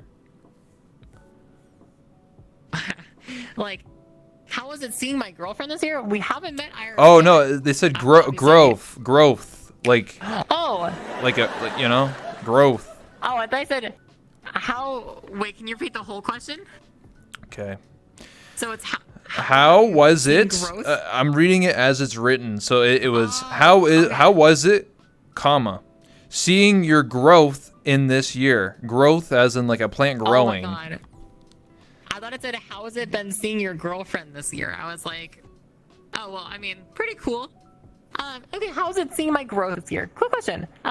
Very cool, very incredible. There's also been, this stream in general has been the return of a lot of like old viewers and stuff that have kind of like gotten busy with life and kind of doing their own thing, who have come back in addition to all of the new people who have been around. And it's like been this like big, like, I don't know, this big like party of just seeing everyone together. And that's been really, really like, oh my god, I like cried one of the days because I was just like, oh my god, like seeing everyone together is so powerful. All these people we've met over time. So growing has been incredible because I love meeting people and I love talking to people. And the fact that I've had so many new people come around through this whole year, all these names of people that I genuinely feel like I've gotten to know quite a bit. And wow, it's really magical. It's really, really magical getting to know more and more of them and seeing everyone come together. And it's like an actual like growing community. And in my eyes, a family. And it's very special to me. So growing has been incredible, not because of oh wow, I'm a big streamer, but because it's wow, look at all these amazing people. Mm-hmm. Look at all these amazing humans. Yeah, it's true. Mm-hmm. Next question from J Saps. Have you still been keeping up with your physical fitness, and what have you been doing to maintain your physical activity? It's a good question. Good question. Yeah, where's all I the was squats? doing some workouts for a while. Yeah, I was doing some workouts for a while. And I had a very bad incident. The details I'll leave out for the sake of this being a little more formal, but I had a very rough incident with my health. And I was in a very, very bad position for about a couple of weeks. And it was at that point where I was like really just trying to recover from it, that I didn't really feel I didn't feel like I had the room to spend my time focusing on my physical health as much as my mental health, because I was in a very hard position. And I just haven't gotten into it since then. However, I am recovered now. So there is the aspect of, okay, I should probably get started with this again soon. I don't know. I haven't been keeping up. No, I have not, quite honestly. I would like to at some point soon. I'll probably get back into doing more core and lower body workouts, and I'll pick up sometime. I was doing like workouts again on stream like every other day, actually a couple months ago. And yeah, just mostly core and lower body, but just trying to stay a little bit active, stay a little bit fit, make sure I'm not getting blood clots or anything like that. Staying healthy. That's really important, especially with how much time we spend on the internet. It's good to be healthy. So I encourage when those start back up again that people do that with me. If you're watching, let's work out together. Let's knock some stuff out. Let's be productive. So yeah. Okay. Next question. Oh, that's a good answer. Yeah. It's Karma. Thanks, Jesus. For Autumn, how have you become such a loving and caring person? How have I become a loving and caring person? I think by being I don't know how to I think that's very like I see myself as a very caring person characteristically, but the reasons for that I'm not necessarily sure I could pinpoint. It sounds weird for me to just be like I just care about people, but like I do. Maybe the exact points to why that is maybe are subconscious to me and I don't recognize why. It could have something to do with my own personal reflections, and maybe I think I'm a very empathetic person. I think I am I'm constantly trying to see things without necessarily bias and trying to feel out like what is a human being thinking during that situation and like how does that person feel, and I try not to squander that and be respectful to people. And I did stuff like Taekwondo when I was younger, and that really gave me a lot of discipline and it gave me a lot of respect for people. And growing up, I've been a reserved person. I'm sure obviously you know how I was before. And I think since then I've carried that same reserve of being caring for people and being empathetic and wanting to see the best out of people is something I really, really enjoy seeing. So yeah, that matters to me a lot. So why am I caring or loving? It's because I like seeing people do the best that they can. That's good. Yeah. I think it's important because what that means is that someone potentially watching could see you as someone they want to be or grow up to be like, you know? Inspired. Maybe. You never know. I have to inspire people to be their own inspiration and to drive themselves to do the best that they can. I want people to be able to, you know, like I think for some people, I end up becoming a crutch for them in some ways, and it's like they might have a hard time mentally, they might have a hard time physically, whatever it might be. But yeah, having the ability to lead by example for people and give them that tool for them to grow on their own and grow themselves and eventually, you know, walk without the crutch one day and be able to maybe even fly. And what that means to me is that I'm not a therapist. I'm not capable of solving every person's depression. I don't have the time, of course, to be able to fix every person, but I might be able to lead anyone on a better path just by being me and leading by example and doing the right things. I feel that. That's my main goal. Yeah. My next question coming in here from Viking. They asked, what made you realize that you wanted to be a girl? Or to transition? Growing up, I had 3 older sisters, and I enjoyed being with them a lot. I also have an older brother, but I did not grow up with him. I've never met him. I grew up with 3 older sisters, and they were given a lot of very girly things, and I enjoyed those things, but I was kind of left from interacting with those things. Growing up, I then was a little bit more feminine in school and stuff like that. arguably because I took after my sisters in a lot of ways, and I just really enjoyed them as people. I was very, very much so connected to my family because I got bullied a lot when I was younger. So I guess I got pretty close with some of my sisters, just like as just really, really good family. And I do miss them in a lot of ways because of the cool dynamic that we had as family. But continuing to grow up, I pushed all of that away because I got pretty much bullied out of it. But once I felt the freedom to kind of explore myself more and more and more, there was a lot of validation suddenly I found when I kind of figure out what a trans person even was, because there was a long time my perception of that was being like a drag queen or something, and I was like, yeah, that's not what I am. I'm not trans. That doesn't make any sense, you know. But if I wish I could be a girl though. And that was like a constant, like, throughout my entire life was like, oh yeah, I totally wish I could be a girl. That would be amazing. That would be like dreams come true. And people are like, huh? But VR chat, I actually started to meet more trans people. Actually, I guess the first trans people in my life, really.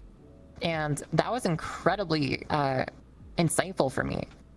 I ended up seeking that out. I was like, I met someone and I dated someone who was non-binary, and we got along really well for a while, and they gave me some insight into these things, and then I went into a fucking spiral because I was like, that's possible, and I freaked out, and I was like, that's exactly how I feel. And everything was adding up, everything was making sense.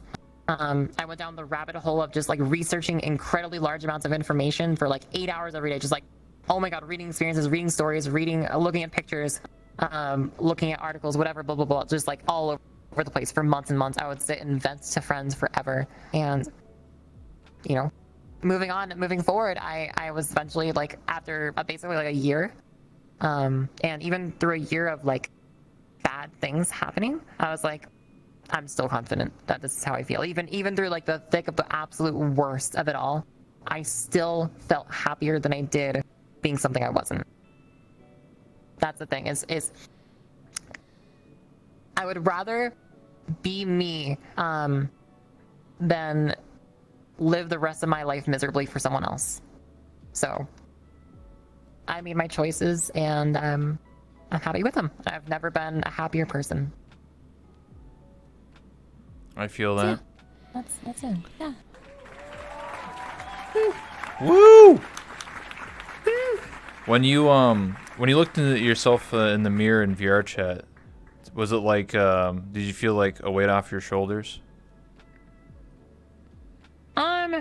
Actually, yeah. Like, no joke. VR chat is extremely helpful for dysphoria because you get entangled and like so immersed to a point where it's like you don't, like, dysphoria kind of disappears. Like, body dysphoria just kind of disappears for me, and it's like, that's really fucking nice. Like, I don't really have to like think about that at all because I'm just existing in here, and I get so involved and immersed that I'm just like, huh? Like, I just don't even think about it at all. And I'm just sitting in this chair here next to you, and that's what I'm looking at, and that's what's in front of me. That's what I'm focused on. So I don't have to be concerned with it. I don't have to worry about it. I don't feel that sense of active dysphoria as much when I'm in VR, and that's incredibly helpful. It's a really good tool for a lot of people who are LGBT. It really is. The reason why I asked that question is because I've done a lot of like offline interviews, if that makes sense, where I would just talk to people because I don't know, I just love talking to people. I'm just a social animal. And I've asked this specific question to a lot of people who are transitioning male to female or female to male, and they've all said something similar. They said like it's like a weight off their shoulders. They feel like they finally feel alive for once in their life. Like they feel like, this is me. I feel happy. That's true. That's very true. There is a lot of aspects of just feeling incredibly underconfident because it's like being what feels like in the wrong body is a very tormentingly difficult experience. And it's incredibly hard to ever have any confidence whatsoever. It's incredibly hard to, I guess, have any kind of motivation or have any drive or sense of wanting to live, because it's like, you feel like you don't exist. You feel like you're just like not there physically. You're just like the wrong thing, and you just hate it. And that's how dysphoria feels. It's like you're trying to scrape off this hate that you can't get rid of, and it's VR chat is actually a pretty solid way of getting rid of it. It's like the first and I think biggest like advancement we've made in terms of like social ability to help people who suffer from that. So I certainly approve. I feel that. Next question. We have from Toasty Lepchin. Okay. It's been a year since you started streaming, Autumn. We've all seen you grow so much as a person and as a streamer, and we've seen you hit so many goals. So my question is, what's your number one goal for the next year, and what's something you wish you could have done but were held back for one reason or another?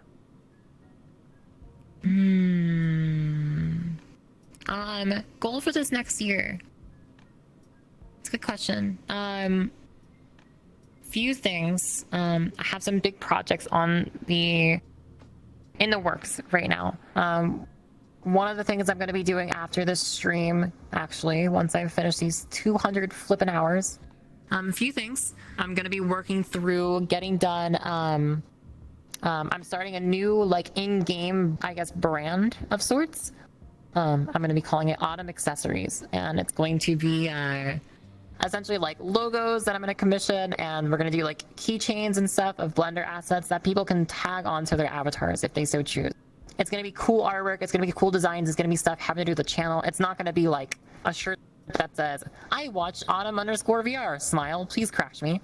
It's going to be stuff that's like, you know, it's going to be like a very cool design of my flower Tom, or it'll be like a cool art of me, or of me with my ball, or oh wait, or that was the wrong thing. Whoops. Me with my ball or something, or just like different things, like different cool aspects. And trying to like not merchandise it, but just share it with people to just have. And I think that's pretty cool. I think the idea of like in-game merchandise is like a cool thing, and I won't be selling it. I'll most likely just be giving it to supporters and stuff like that. So yeah. That's cool.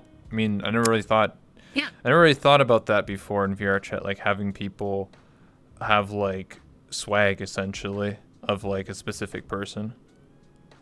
Yeah, people get like little flower earrings or something, little Tom earrings, or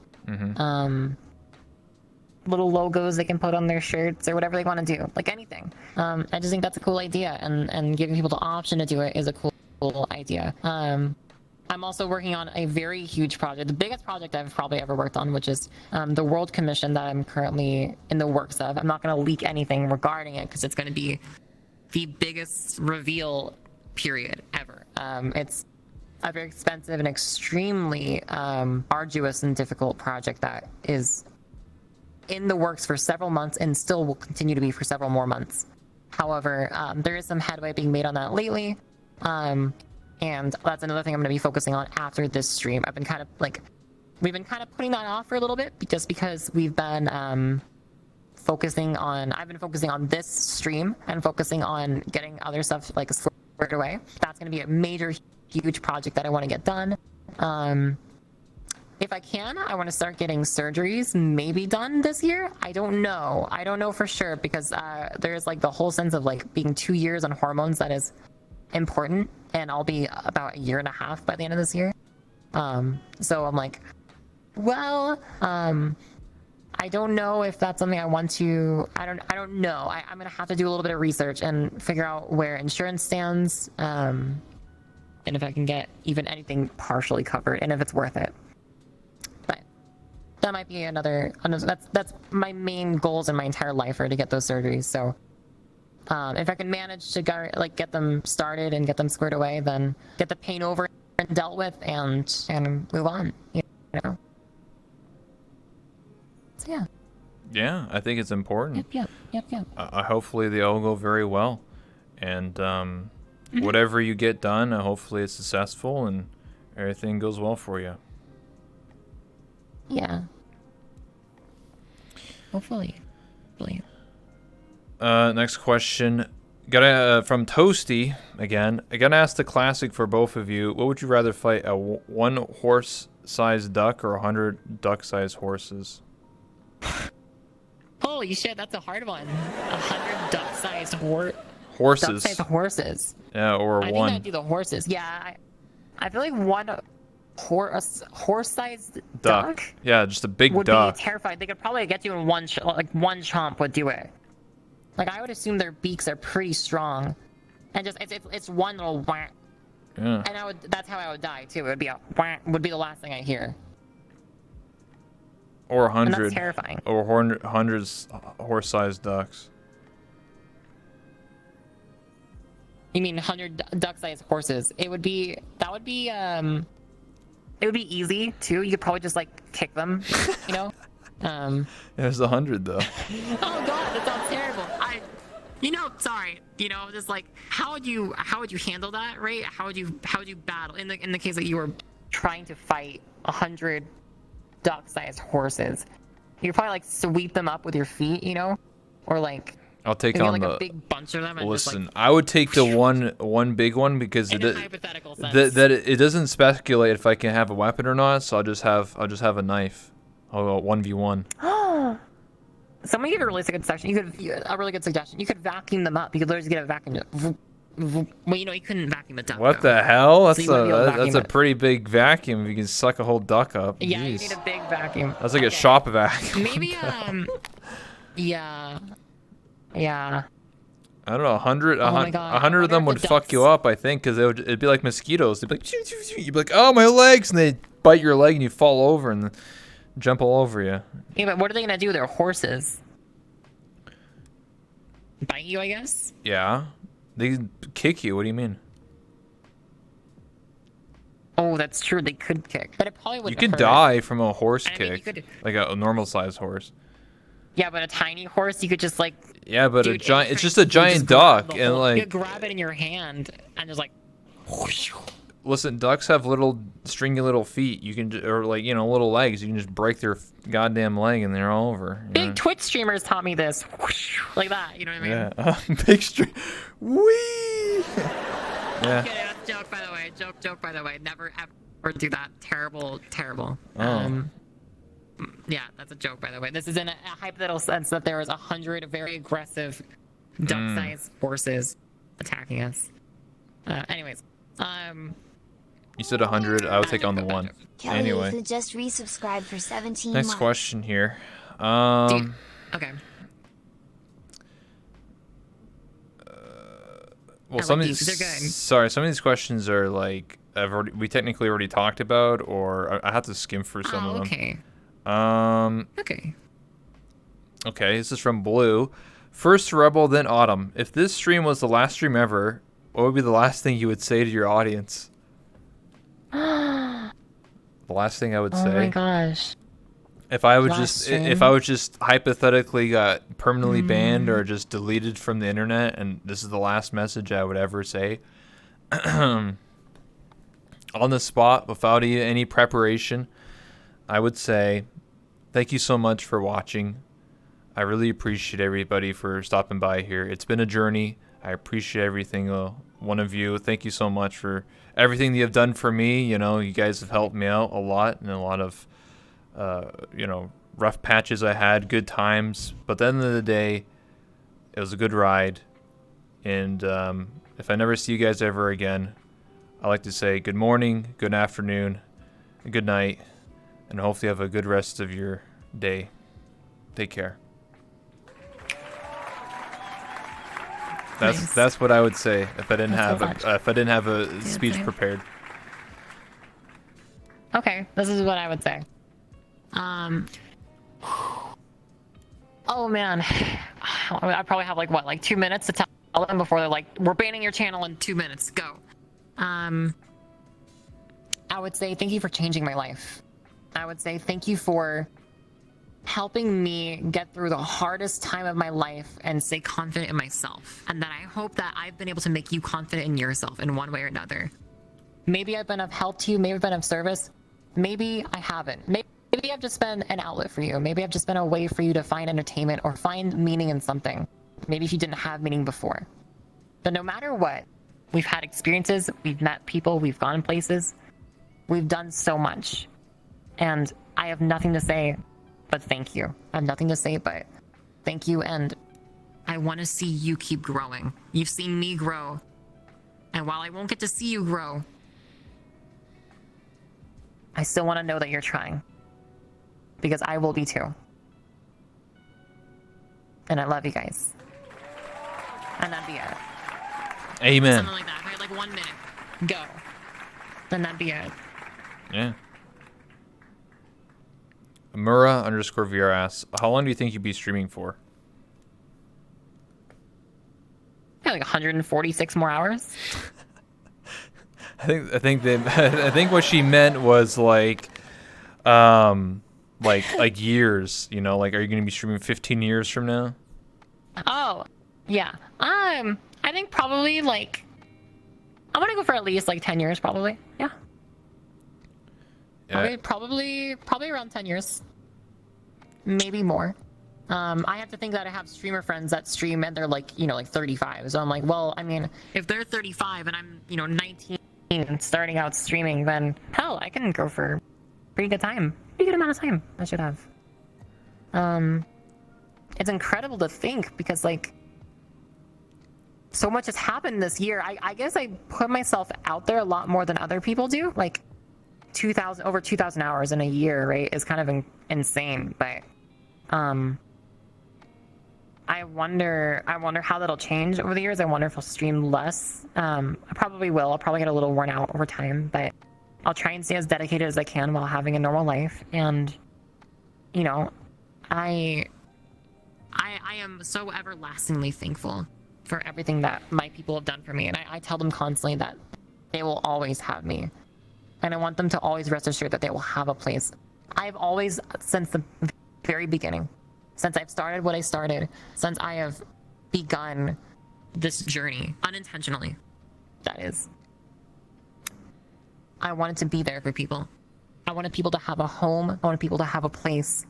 That no matter what, I would probably be there most of the time. And that if someone was like, I don't have a friend around, I don't have any family, I'm having a panic attack or I'm having a rough time and I just need to hear someone, I need to have someone who cares about me and who cares about my well-being and will treat me like a human, that they have that no matter what. And that I will be there as much as I can be for them. I, of course, have to take care of myself, but I want to take care of others too. And I'll sacrifice as much as I can from myself to help other people too. So in that regard, I want to be here for a long time. And I want to continue giving as much of myself as I possibly can. I want to live, not just survive. And I want to share my feelings. I want to share my thoughts and share my experiences with others. And as long as people are still willing to embark on that journey with me, then I'll always be here to share it. It's important. Next question is from the Super Mario Brother. Since you made a name for yourself as a VR chat streamer, what do you appreciate the most about it? I feel incredibly blessed because VR chat is not just a game that I decided to stream. I think for a lot of people that is the case. A lot of people are like, wow, VR chat seems like a really successful game for YouTube. I'm going to start making YouTube videos, or I'm going to start doing VR chat streams, you know. I really, truly love this game, and I dropped over 4,000 hours into it before I ever even turned on a live stream. So I can say with certainty that I am blessed to be a VR chat streamer because I play this game. I play this game genuinely. I play it on stream. I play it off stream. I interact with my community. We have meetups. I have so many friends I love to hang out with. I have people that I'll spend the night with. I have friends that I'll sit and talk to for hours and hours and hours, and I always have. And I am blessed because I feel like this is an opportunity that not many people have. There's only so many people who get to do something like this full time. And like it's such a small amount of people in the world that get to do this. And I know how lucky I am, and I will give it my all because I feel like I owe that I feel like I owe that because these people have changed my life. And it's not even just like any other VR chat community. My people and stuff like that in this crazy, crazy community of ours are the most giving and the most honest and open and incredibly loving and caring people, generous people, just fun people I've ever seen anywhere. And I don't have a explanation for that. And so I feel incredibly blessed to do this for VR chat, and even more so incredibly blessed that I've been able to raise my own community of people that are so honorable to be around. That's good. It's important, I would say. I'm just looking at some more questions here. Yeah, because sure. it's been over 2 hours, so just looking to see if there's any good questions. Nice. This is a question from Scurvy Mitch. For both, or anyone who wants to give their opinion. A friend and me were talking and wondered what is well, I'm gonna correct the grammar here. It says, what if Twitch were to blacklist VR chat like they did Second Life? They are very similar with the amount of accidental TOS breaches Twitch must deal with. It's just strange they haven't done it by now. I know VR chat probably brings them a lot of money, but blacklisting the game could be a way. Twitch controls what is shown on the platform. What do you/everyone think? Just a topic for discussion. Okay. Me and you've had a lot of conversations about this particular subject before as well. And we've also, I've had conversations with my chat. I'm sure you've had conversations with your chat. Most certainly VR chat is, has been on the red ring of death of being blacklisted before several times. I think we're in a safe spot right now. However, this game is based off of user-generated content. And I'll say most certainly, I think Twitch has had their eyes on a little bit of a more problematic area in the recent months, particularly eyeing the just chatting section. And I think VR chat has exemplified that we are a virtual just chatting for the most part. And to that idea, I think that they should be banning particular streamers, not the game. And I think we're in a pretty safe spot, but I think it takes the community as a whole continuing to be at least somewhat conservative with their, with their body. I've seen some streams that are incredibly, bordering the rim of TOS, and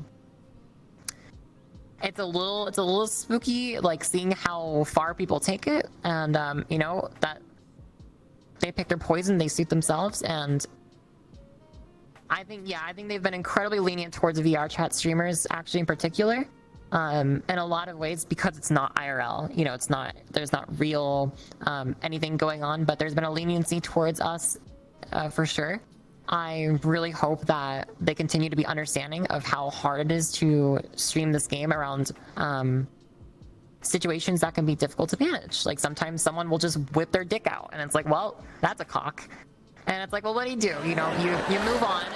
You move on and you say, that's okay. We're not here to see cock, right? We're here to see us rock and roll and just have a good time in VR. So I think it's hard to pinpoint VR chat as a problem, especially nowadays.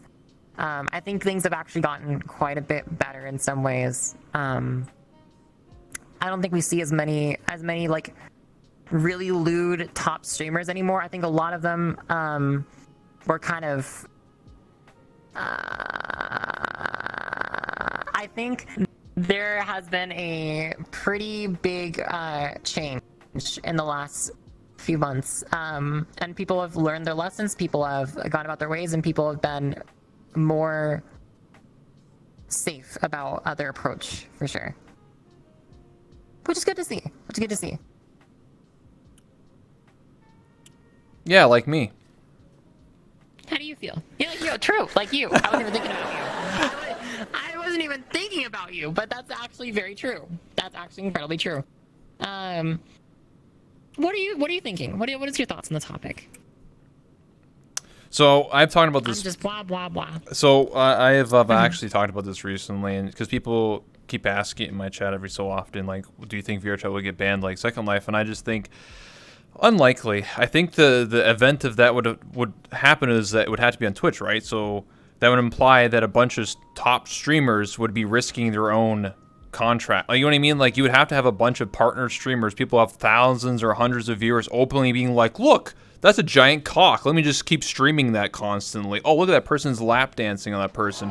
Woohoo! Like, you would have to have people that would. Well, I mean, I don't blame them. You would have to have like that. Technically, that was a thing about 2 years ago when a bunch of big streamers who have 30,000, 40,000 viewers played VR chat, and some of them did get some dances. But VR chat actually stepped in. They actually just banned the dancers right on the spot, like literally in real time. And then it forced the streamers to like focus on something else. So I think VR chat is very observant with certain streamers and certain things going on. Oh yeah. So I think the likelihood of it happening is pretty slim. There are times where it does get questionable, and it's like, what's going on here? Like this shouldn't be a thing. But at the end of the day, if Twitch had a problem with somebody, they'll just suspend that one person. They're not going to suspend the whole community just because of one individual. It would take like a huge like you would have to have so many streamers just doing it. You would have to have like 20 people simultaneously doing something bad all at the exact same time for Twitch to be like, yo, should we just ban this category? Yeah, I agree, and I think there's been a large improvement overall with the community in general on that kind of matter. People have done better about being just better examples, and I think also there is a lot of standouts in the community as well. I think that there is a lot of very talented peers. I think there's a lot of people that just want to have genuine conversation and don't want to like incentivize sexual themes throughout the stream. I would consider myself in that area. I'll talk about, I'll be like, oh yeah, I love cock, but like I'm not gonna go into, and I'm not gonna be like, yep, guys, I want to show you all these really cool cocks I'm looking at right now. Like I'm not gonna do, that's not what we do. It's to bring it up in discussion. It's more so of a factor of just like, that's funny and like who cares, whatever. This is a mature stream. We can talk about stupid shit. So does every other streamer anywhere do stuff like that, right? Mm-hmm. I think the vibe is more so like, are we going to physically show those things, and are we going to get into the nitty gritty of like extreme sexual conversation? And the answer is no. And I'm happy to be at least serve as a maybe fair example of like, hey, VR chat, being a VR chat female, you do not need to be a sellout, booba streamer in order to be successful. That's not what it takes to be like some big streamer. Like lead by example, and I think I've done a pretty good job leading by example in some ways. I think there's many other pillars of this community that have done a very good job with that. Mm-hmm. You also got to realize, again, for the category to be banned, you would have to have literal streamers who do this as their living, as their job, like to pay their mortgage, to pay their bills or whatever, to literally throw that all away to get their own channel permanently banned, and also the category. So like you have to like literally be like, yep, I'm going to literally throw my entire life away just to ban a category. I don't think anyone's like that dumb and like to be like, I'm going to just get banned and go back to working at Walmart, like you would have to have a lot of streamers. I think, Second Life got banned like 10 years ago, and it was probably because it had no big streamers. It was just like people with like 10 viewers, and then like, you just go into a lobby and you just see straight up just ERP literally all the time. At all, like so it's a different. VR chat has gotten it's a different. It's removed the ERP more. Yeah, exactly. I mean, it's literally a rule in the loading screen. They'll literally, if you do that stuff, they'll ban you from the game. They'll ban you on Twitter. Like if you're doing that sort of stuff, I just don't think it's real. It's just unlikely. I just don't think it would happen. personally. And if it does happen somehow, tomorrow we wake up and VR chat's banned, then I guess we're gonna go start playing Neos or chill out. I don't know. Sure, heck it. I'll do just chatting, Chris. We'll find something. Yeah, we'll just do just chatting. I'll be like, hey, what's up, guys? I'm a VTuber. They're gonna ban me from just chatting now. So. Pretty much, yeah. Yeah. Pretty cool stuff. Pretty cool stuff. Morbid Good question though. Tortoise asked, now that Dottie is your main avatar creator, will you be getting a new Gorbis avatar?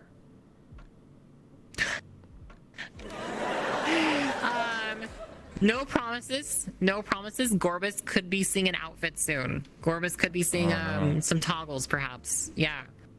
Maybe some finer details for Gorbis. I don't know if you've met Gorbis yet. Yeah, I have. That's the many folds of. I seen that avatar a long time ago. Oh yeah, Oh really? Oh okay. Yeah. It was like a public a long time ago. It has a suck on it, right? It's like a vacuum. I believe Gorbis can suck. Yeah, I believe Gorbis likes to do that. It sounds like a vacuum. Very cool. I remember it was a public avatar years ago. Yeah. Oh, I see. Back in my day. Good times. Gorbis is cool. It's cool to know like a galactic emperor. That's pretty epic, actually. Yeah. Another question was, what's the best headset, Index? If you got the money for it. The best headset? Yeah, VR headset.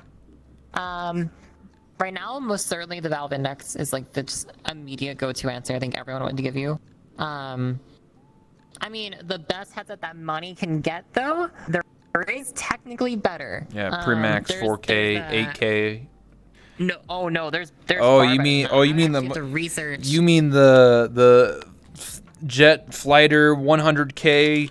Listen, I'm literally going to become a pilot type of headset. Yeah, I'm gonna find the name of it right now. It's called oh boy, it is the XTAL 8K. I believe it's a $10,000 headset. Let's look up the XTAL 8K. Let's play VR chat with that. Enterprise. It's $8,300 for just the headset. It uses integrated ultra leap motion. Wow, they use leapfrog. And then they have 768 7680 by 2160 resolution with an FOV of 180 degrees diagonally with 120 hertz refresh rate, 4K per eye, so true 4K. It's also got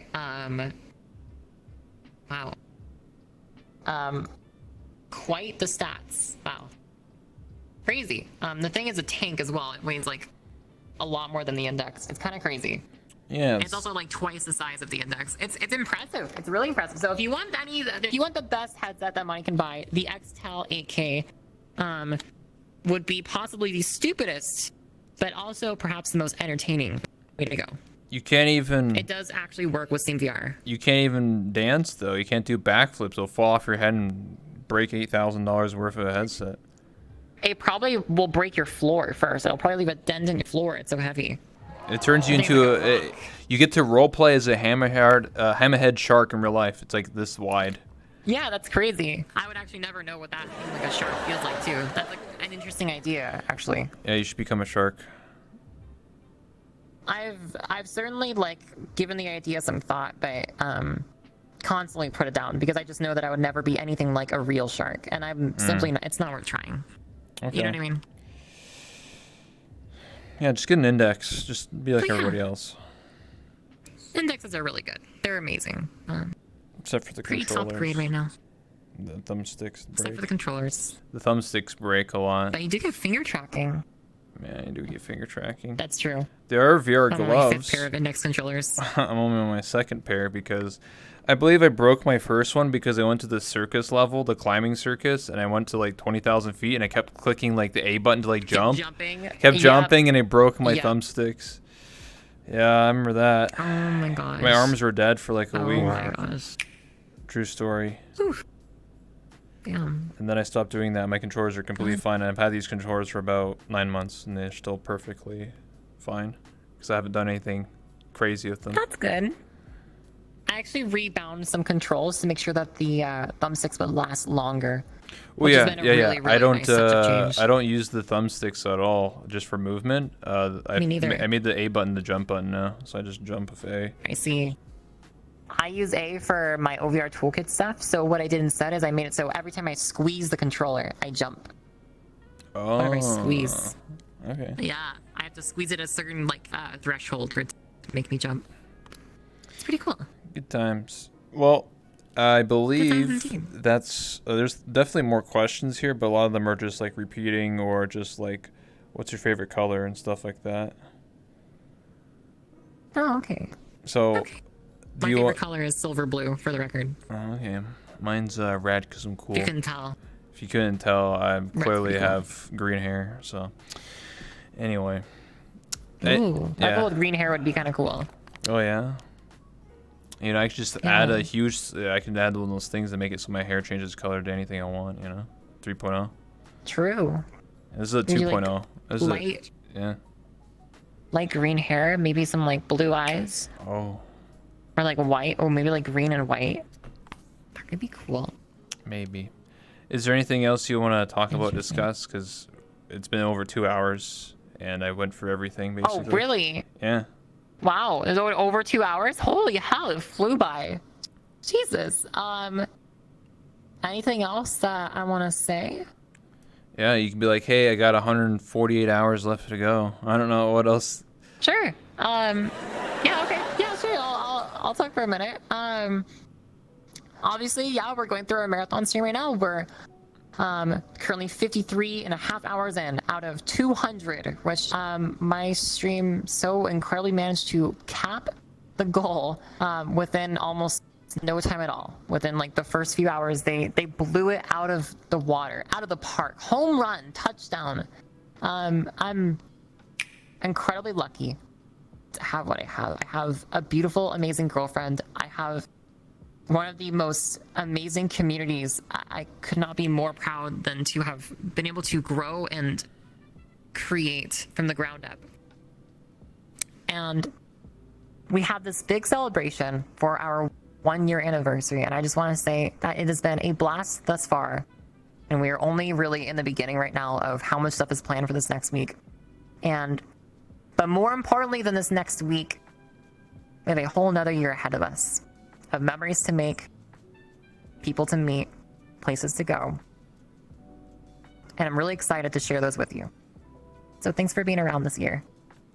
I'm really excited to see where this next one takes us. And thanks for watching the interview. And thank you so much, Rebel, for having me.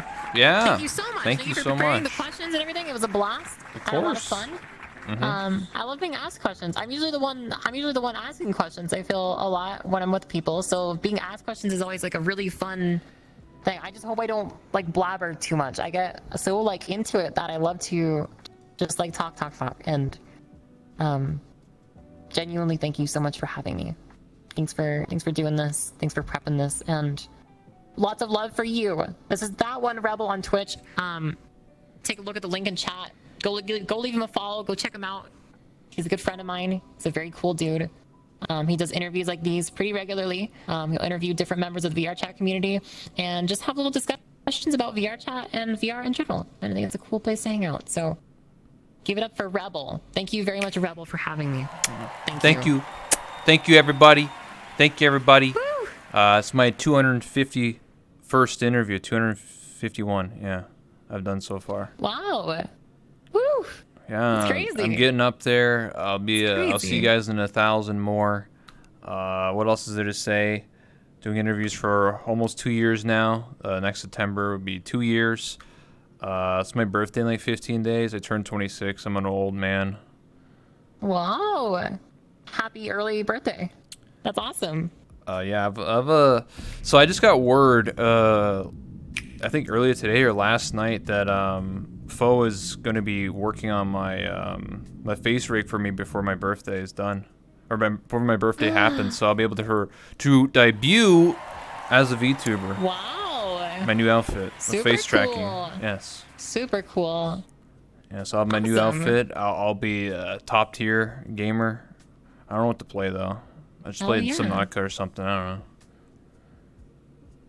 Maybe. Sounds pretty cool. Sounds pretty cool. I hope that all goes very well. Foe's very talented. She is. I've known her for a long time. There's many times I've talked to Foe for like 5 hours about like just random shit. Like I don't know how else to Foe's describe really that. cool. I was friends with Foe when she was still mute. Yes, I was. Yeah, I knew her around that time, and yeah, I was like, it's crazy to think that she was a mute at one point. You know? True. Are you changing Yeah, outfits? that is very true. I knew her. No? What? You seen things? You seen stars or something? I don't know what I saw. You just switched outfits like 5 times. I was super confused. Yeah, I know. It happens. It happens. I like your skins. What's your VTuber? Oh. Was that a question that someone Oh, said? that's just more of a statement. But they asked, "What is a VTuber?" I might as well answer it quickly for anyone who doesn't understand. Think of it like, instead of showing your real face, you show an avatar that represents the way you want to be represented. So if you wanted to be hot anime girl, buff guy, comic book character, I don't know, anything you wanted to be, that's what an avatar is. That's what a VTuber is. So you're using something to represent the way you want to be represented by.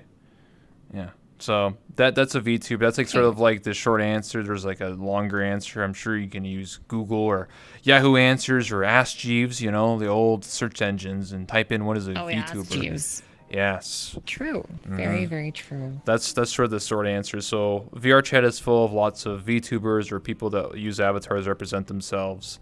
Or just look at the VTuber tag. Brand new. It just came out. So That's right. yeah. That's right. Actually, Well, what is your opinion on the animated GIFs that are coming out at the end of this month? I don't know. I just don't really know. It seems like some sort of like kind of like third party thing. I don't know how I feel about it. Yeah, but it's actually first party now. Oh, that's true. Yeah. That's true. It'll be pretty cool. I think it'll be cool to have animated emotes. I know that we're only getting 5, but I think that'll be a pretty cool experience to having 5 animated actual Twitch emotes. I wonder if the servers are going to be able to load those well, because BTTV, as it is right now, does a very good job with it. So, pretty happy to see that finally coming out 10 years later. But Only took us 10 years, that's a cool thing. gamers. Well, it took 10 years to figure it out. Yeah, so but I think that's cool. I'll have I'll be able to do like Autumn Arrive, and like Autumn Ditch will be like, I'll make those channel emotes that people can use in other channels. That's incredible. Yes. People will be able to Autumn Ditch in other channels. That's super cool. So I can't wait for that. I honestly cannot wait for that. I think that'll be a very cool feature. So good job, Twitch. Good job, Twitch, for making it. Well, anyway, I think we're gonna wrap up here. So hopefully, I think you've said your piece, or do you want to say anything else, or? Genuinely, just thanks for being here. Thanks for being here. Thanks for being awesome. Thanks for shooting your questions over, you guys. Thank you, Rebel, for hosting. Thank you to all of you as well for inputting your own questions and help making the magic happen, because none of this would happen if it wasn't for you. So thank you. Get some clappers in the chat. Get some love emotes. But yeah, thank you so much. I appreciate you. Before you go, we'll take a photo just like old times. And then you'll be on your way, and you can continue your 200-hour stream, and I'll probably just continue for a bit longer because I'm tired and old. So. Absolutely. And we'll keep moving forward, yeah, and we'll keep aspiring to be better and better. And a year from now, I might be, a far greater person than I am now compared to back then. I vote. I hope to continue being the Autumn to be Twitch ambassador.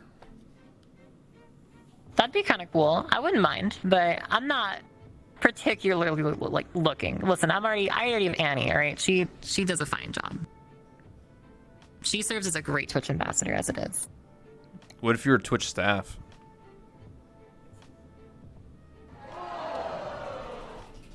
I'd ban her. I'd ban Annie for not streaming. I'd say stream now or you're banned. Oh snap! That's intense. Okay, Yeah. we'll take the photo now. So 1 second here.